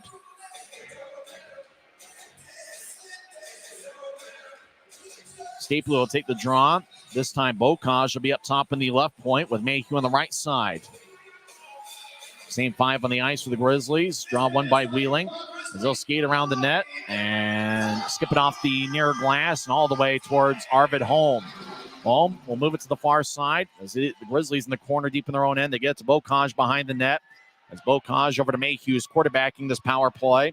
Mayhew around a Naylor out to center ice. He crossed the red. Now dropping off for Bocage across the center ice. Left wing feed to Cutler. Steps over the line, gets to Fitz. Fitz tries to lift it in the near corner, but gets too much air under it. As it tapped off the glass and flies off the protective netting. We get a whistle with 6:07 left in the third.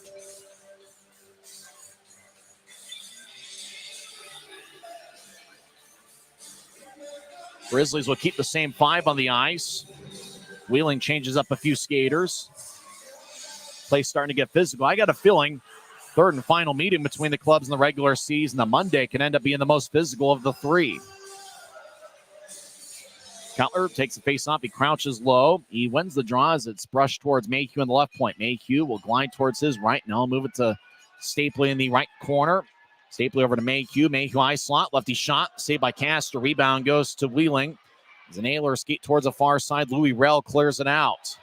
He gets some pushing at center ice. As Stapley lost his stick as he collided with Sebastian Durbin. Stapley skates off the ice. Stapley's stick is laying at the Utah blue line. Cutler skates past it out to center ice. Cutler steps over the line. He gets blasted as he was entering the zone. Wheeling tried to clear it out, and they bounced it off their teammate in Laderoute. At the Utah blue line, it's taken by Stucker as the Grizzlies make a full line change. They'll move it towards Bocage, who stayed on the ice. Grizzlies get 4 new skaters as Utah rolls it around the boards towards the far side. Grizzlies trying to pitch to Bocage. It bounced off a Wheeling skate. Nailers. Matt Koopman races towards the right point. He'll take a lefty shot. Saved by Holm. As Koopman was at the point and just raced towards the circle, he fired a lefty wrist shot. Holm makes a glove save and holds on. 5:12 is left in the third. There's 34 seconds left in the Grizzlies power play, but the best scoring chance probably was there there with Koopman shorthanded. Utah has scored 5 shorthanded goals this season. They have also allowed 5 shorties. Draws the near circle of the Grizzlies zone. Utah wins it as Wheeling retreats defensively. Stucker moves it back towards Burke, back towards Stucker, skates down the middle. He feeds to Burke on the left side. Burke over the line, over to Neal on the left point. He'll wrap it around the boards. Messner on the right side battles with Drake. As Drake moves it ahead, Jarrett Lee dances around the far side. He'll move it across. Nickel pushes it to his left near the Grizzlies bench. Nailers enter the zone. Great poke check by Burke, who took the puck. Burke will advance it out to neutral ice as he gets to Gallant. Left side, Gallant steps over the line, stops at the point, and he'll spin it around. Jarrett Lee, far corner, gets hit by Burke as the Nailers are back at full strength. 4.5 minutes left in the third. Wheeling steps over the line. Laderoute skates down the middle. Shot is blocked by Wickers. Puck in front of the crease. Holm trying to locate it. Grizzlies clear it to the corner. Nailers far side. Sharp angled shot. Glove saved by Holm. He holds on with 4:23 left in the third. Utah still leads 2-1. We'll find out how this one ends in 1 minute on the Grizzlies Hockey Network. From commercial to recreational truck accessories, Mountain Land Truck Outfitters has got what you need. Flatbeds, spray and bed liners, lifts and leveling kits, wheels and tires. Mountain Land Truck Outfitters proudly uses a brand you know and trust. And with our experienced, knowledgeable, and friendly staff, your visit here will be informative and enjoyable. Stop into our convenient location in Provo at 265 South 100 West or call 801-225-4637 to get a quote for your fleet or individual truck. The road can be a crazy place. Uh-oh! That's why Les Schwab Tires fixes brakes, steering, and more. And those guys don't. Keep driving. I'm just glad Les Schwab puts my safety first, so I can backseat drive with confidence. Stop in for our Founders Celebration Sale and save up to $150 on select sets of 4 tires. Les Schwab Tires, doing the right thing since 1952. Now we got another nail biter here at Maverik Center. Pun not intended, of course. Grizzlies lead Wheeling 2-1 with 4:23 left in the third.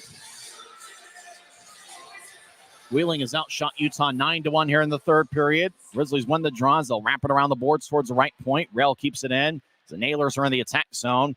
Tanner Latteroot will skate around Utah's net towards the far side. Latteroot now in the left circle. Now he skates towards the point. Now he'll veer off to the right.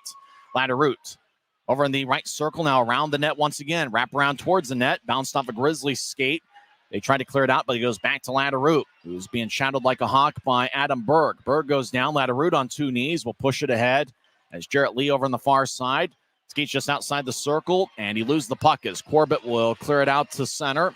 As the puck wobbles on its side like a spinning top, the Nailers will brush it towards Rail on the near side as he'll advance to the center ice. Jankowski skips into the zone. Right side, he gets blasted by Mayhew, but keeps the puck. Jankowski, right side, toe drag shot. He didn't get much on it as it goes around the net. Corsia up top left point. Lee shot. He's blocked away about 5 feet in front of home. Aragon will lift it out to center. It goes back to Lee. He'll push it to the near side for Martell. At center ice, he fumbles it. Mayhew moves it ahead. Stapley near side crosses center, and he'll saucer it in as the puck skips towards Castor on 3 hops to the ice. Castor holds on. After the whistle, David Drake pushes a Grizzly who is hanging out a little bit close towards the Wheeling goaltender. 3:17 left in the third. Boy, we had a nail biter last night. It looks like tonight's no difference. Low scoring game, scoring chances at a premium. Both teams have played well. 8,291 here at Maverik Center. It's going to be tough to get out of here after the game, but it's going to be worth it if the Grizzlies can come away with the victory. As Ryan Kanasowicz, Grizzlies head coach, looking for his 100th victory as Grizzlies head coach. He become the 5th Grizzlies head coach to do so. Wheeling wins the draw as they'll zip it all the way into the Grizzlies zone deep. No icing as Koopman chases after it with great speed. Koopman on the far side battles with Mayhew. Both guys collide off the glass. Stapley pushes down a Naylor. Koopman hacking away. 3 minutes now left in the third and counting. Messner joins the play as Messner gets the puck. He tried to clear it out. It bounced off a Corsia. Now the Grizzlies move it back to neutral ice, but it goes back towards David Drake. Drake enters the zone. He'll push it off the near boards and chase after it. Drake gets it. David Drake backhands out in front. It's glanced off of Semek's stick, and the Nailers feather it out in front. Cutler takes it away, and he clears it out. They got redirected by Dervin, so no icing. Grizzlies make a full line change. 2.5 minutes left in the third. Up ahead at center ice, it skips off a Dervin stick onto Holm, who keeps the play alive by getting it to Wickers. As Grizzlies out to neutral ice, Nickel pushes ahead as the Nailers in control of the puck. Grizzlies make another change. Nickel at his blue line starts the attack. Nickel moves it ahead towards Dervin, who taps it in. Dervin chases after it. Quinn Wickers doing a great job angling himself to make sure Wheeling couldn't get the puck. Great job by Quinn Wickers. He'd make a good basketball rebounder. Up ahead towards Burke at neutral ice. He'll one-hand it into the Grizzlies bench. And coming up with the puck is the Grizzlies GOAT, Ryan Kanasowicz, who's the all-time leader in goals, assists, and points in team history. 2:05 left in the third. It's about that time to start looking at the Wheeling net to see if Castor's still in there, and he is still in net. Speaking of basketball, there's a guy in a Boston Celtics hoodie in attendance. Draws at neutral ice near the Grizzlies bench.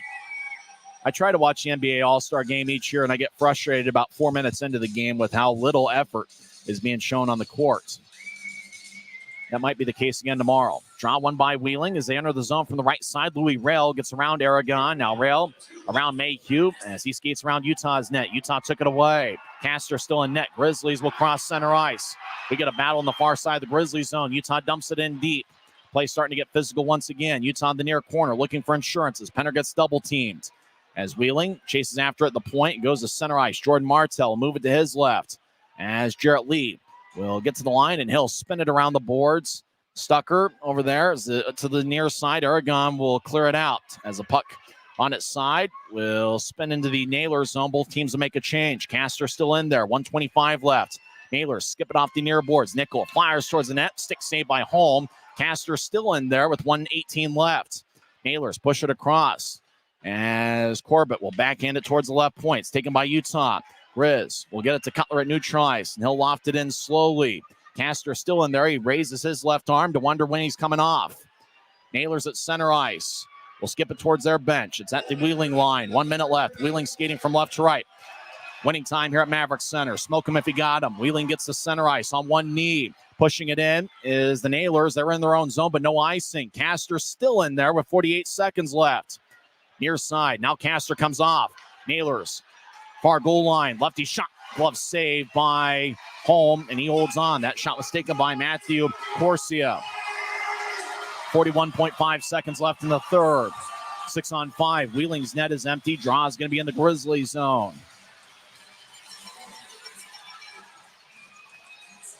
Derek Army, the Wheeling head coach, has a clipboard out, and he'll drop a play. His assistant is Mitch Jaguar. As Wheeling taking its time, I imagine, with 41 seconds, they're going to use their one timeout, and they do just that. Timeout Wheeling. Similar situation as we saw last night. Grizzlies did a great job not only clearing the puck out of the zone, but that forward line of Messner, Stapley, and Cutler combining for Utah's goal there late in the third period to close the door and give Utah a 4-2 victory. Today it's 2-1. We got a similar situation. Watch out for Jordan Martell. The Roosters been a little bit quiet here this weekend, but Martell has been Wheeling's big goal scorer over the last 13 games.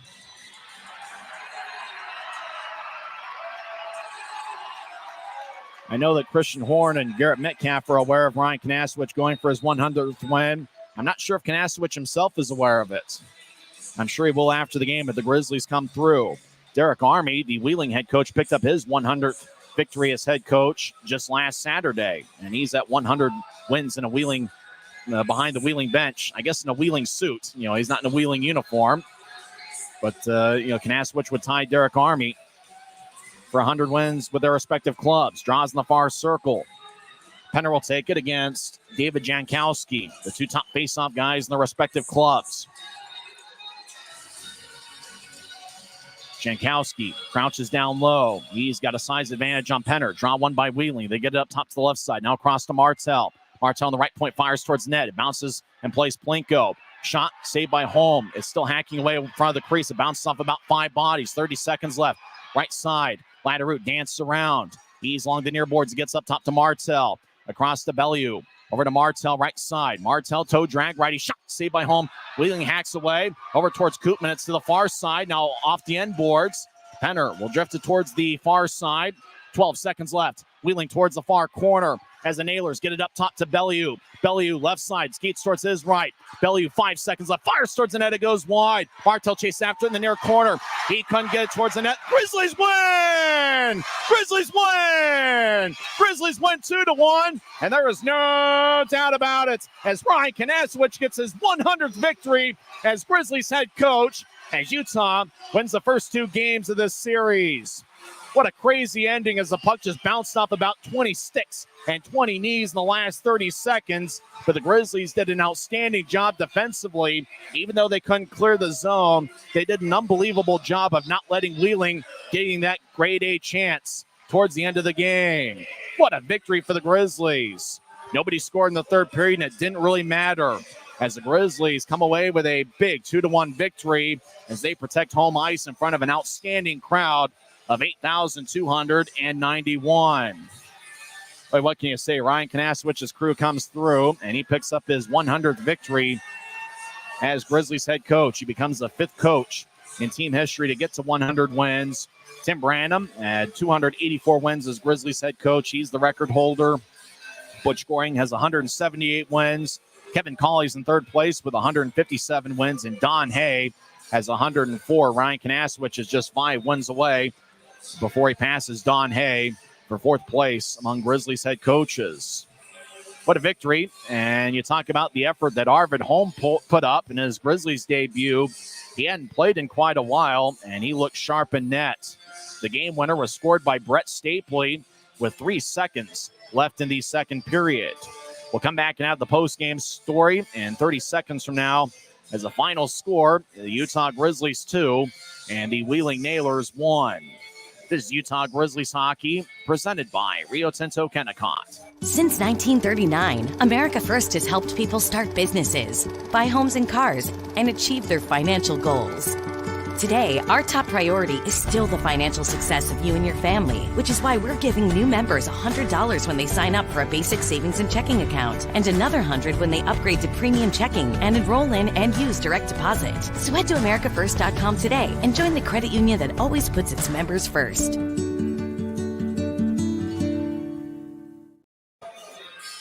Well, the Grizzlies come away with a 2-1 victory.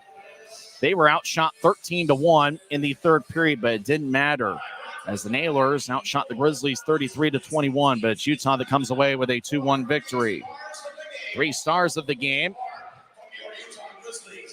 The number 3 star, he was the Optum first goal of the game scorer, Kyle Mayhew, who had 3 shots. Mayhew really has been amazing for the Grizzlies in his rookie season as he's got a T-shirt. He fires up the Maverik Center crowd by raising both arms.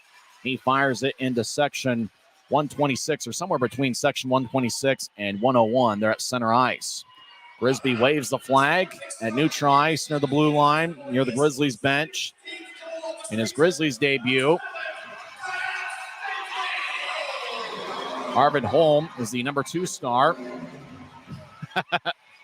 Chris Hagan announced Arvid Holm's the number 2 star. He stopped 32 of 33. As Holmes the second star, the number 1 star is Stapley is going to come out, and all of a sudden they're going to have Holm. Holmes going to take a victory lap here as he gets the second star. He'd already tossed his shirt in the seats. The number 1 star of the game is Brett Stapley, who scored the game winner. 1957 into the second period. I'm sure Holm and Stapley are both confused as to who the number 1 star of the game is. Oh, well, maybe they're co-number 1 stars. I don't know. The idiot that comes up with the 3 stars of the game must have had them confused.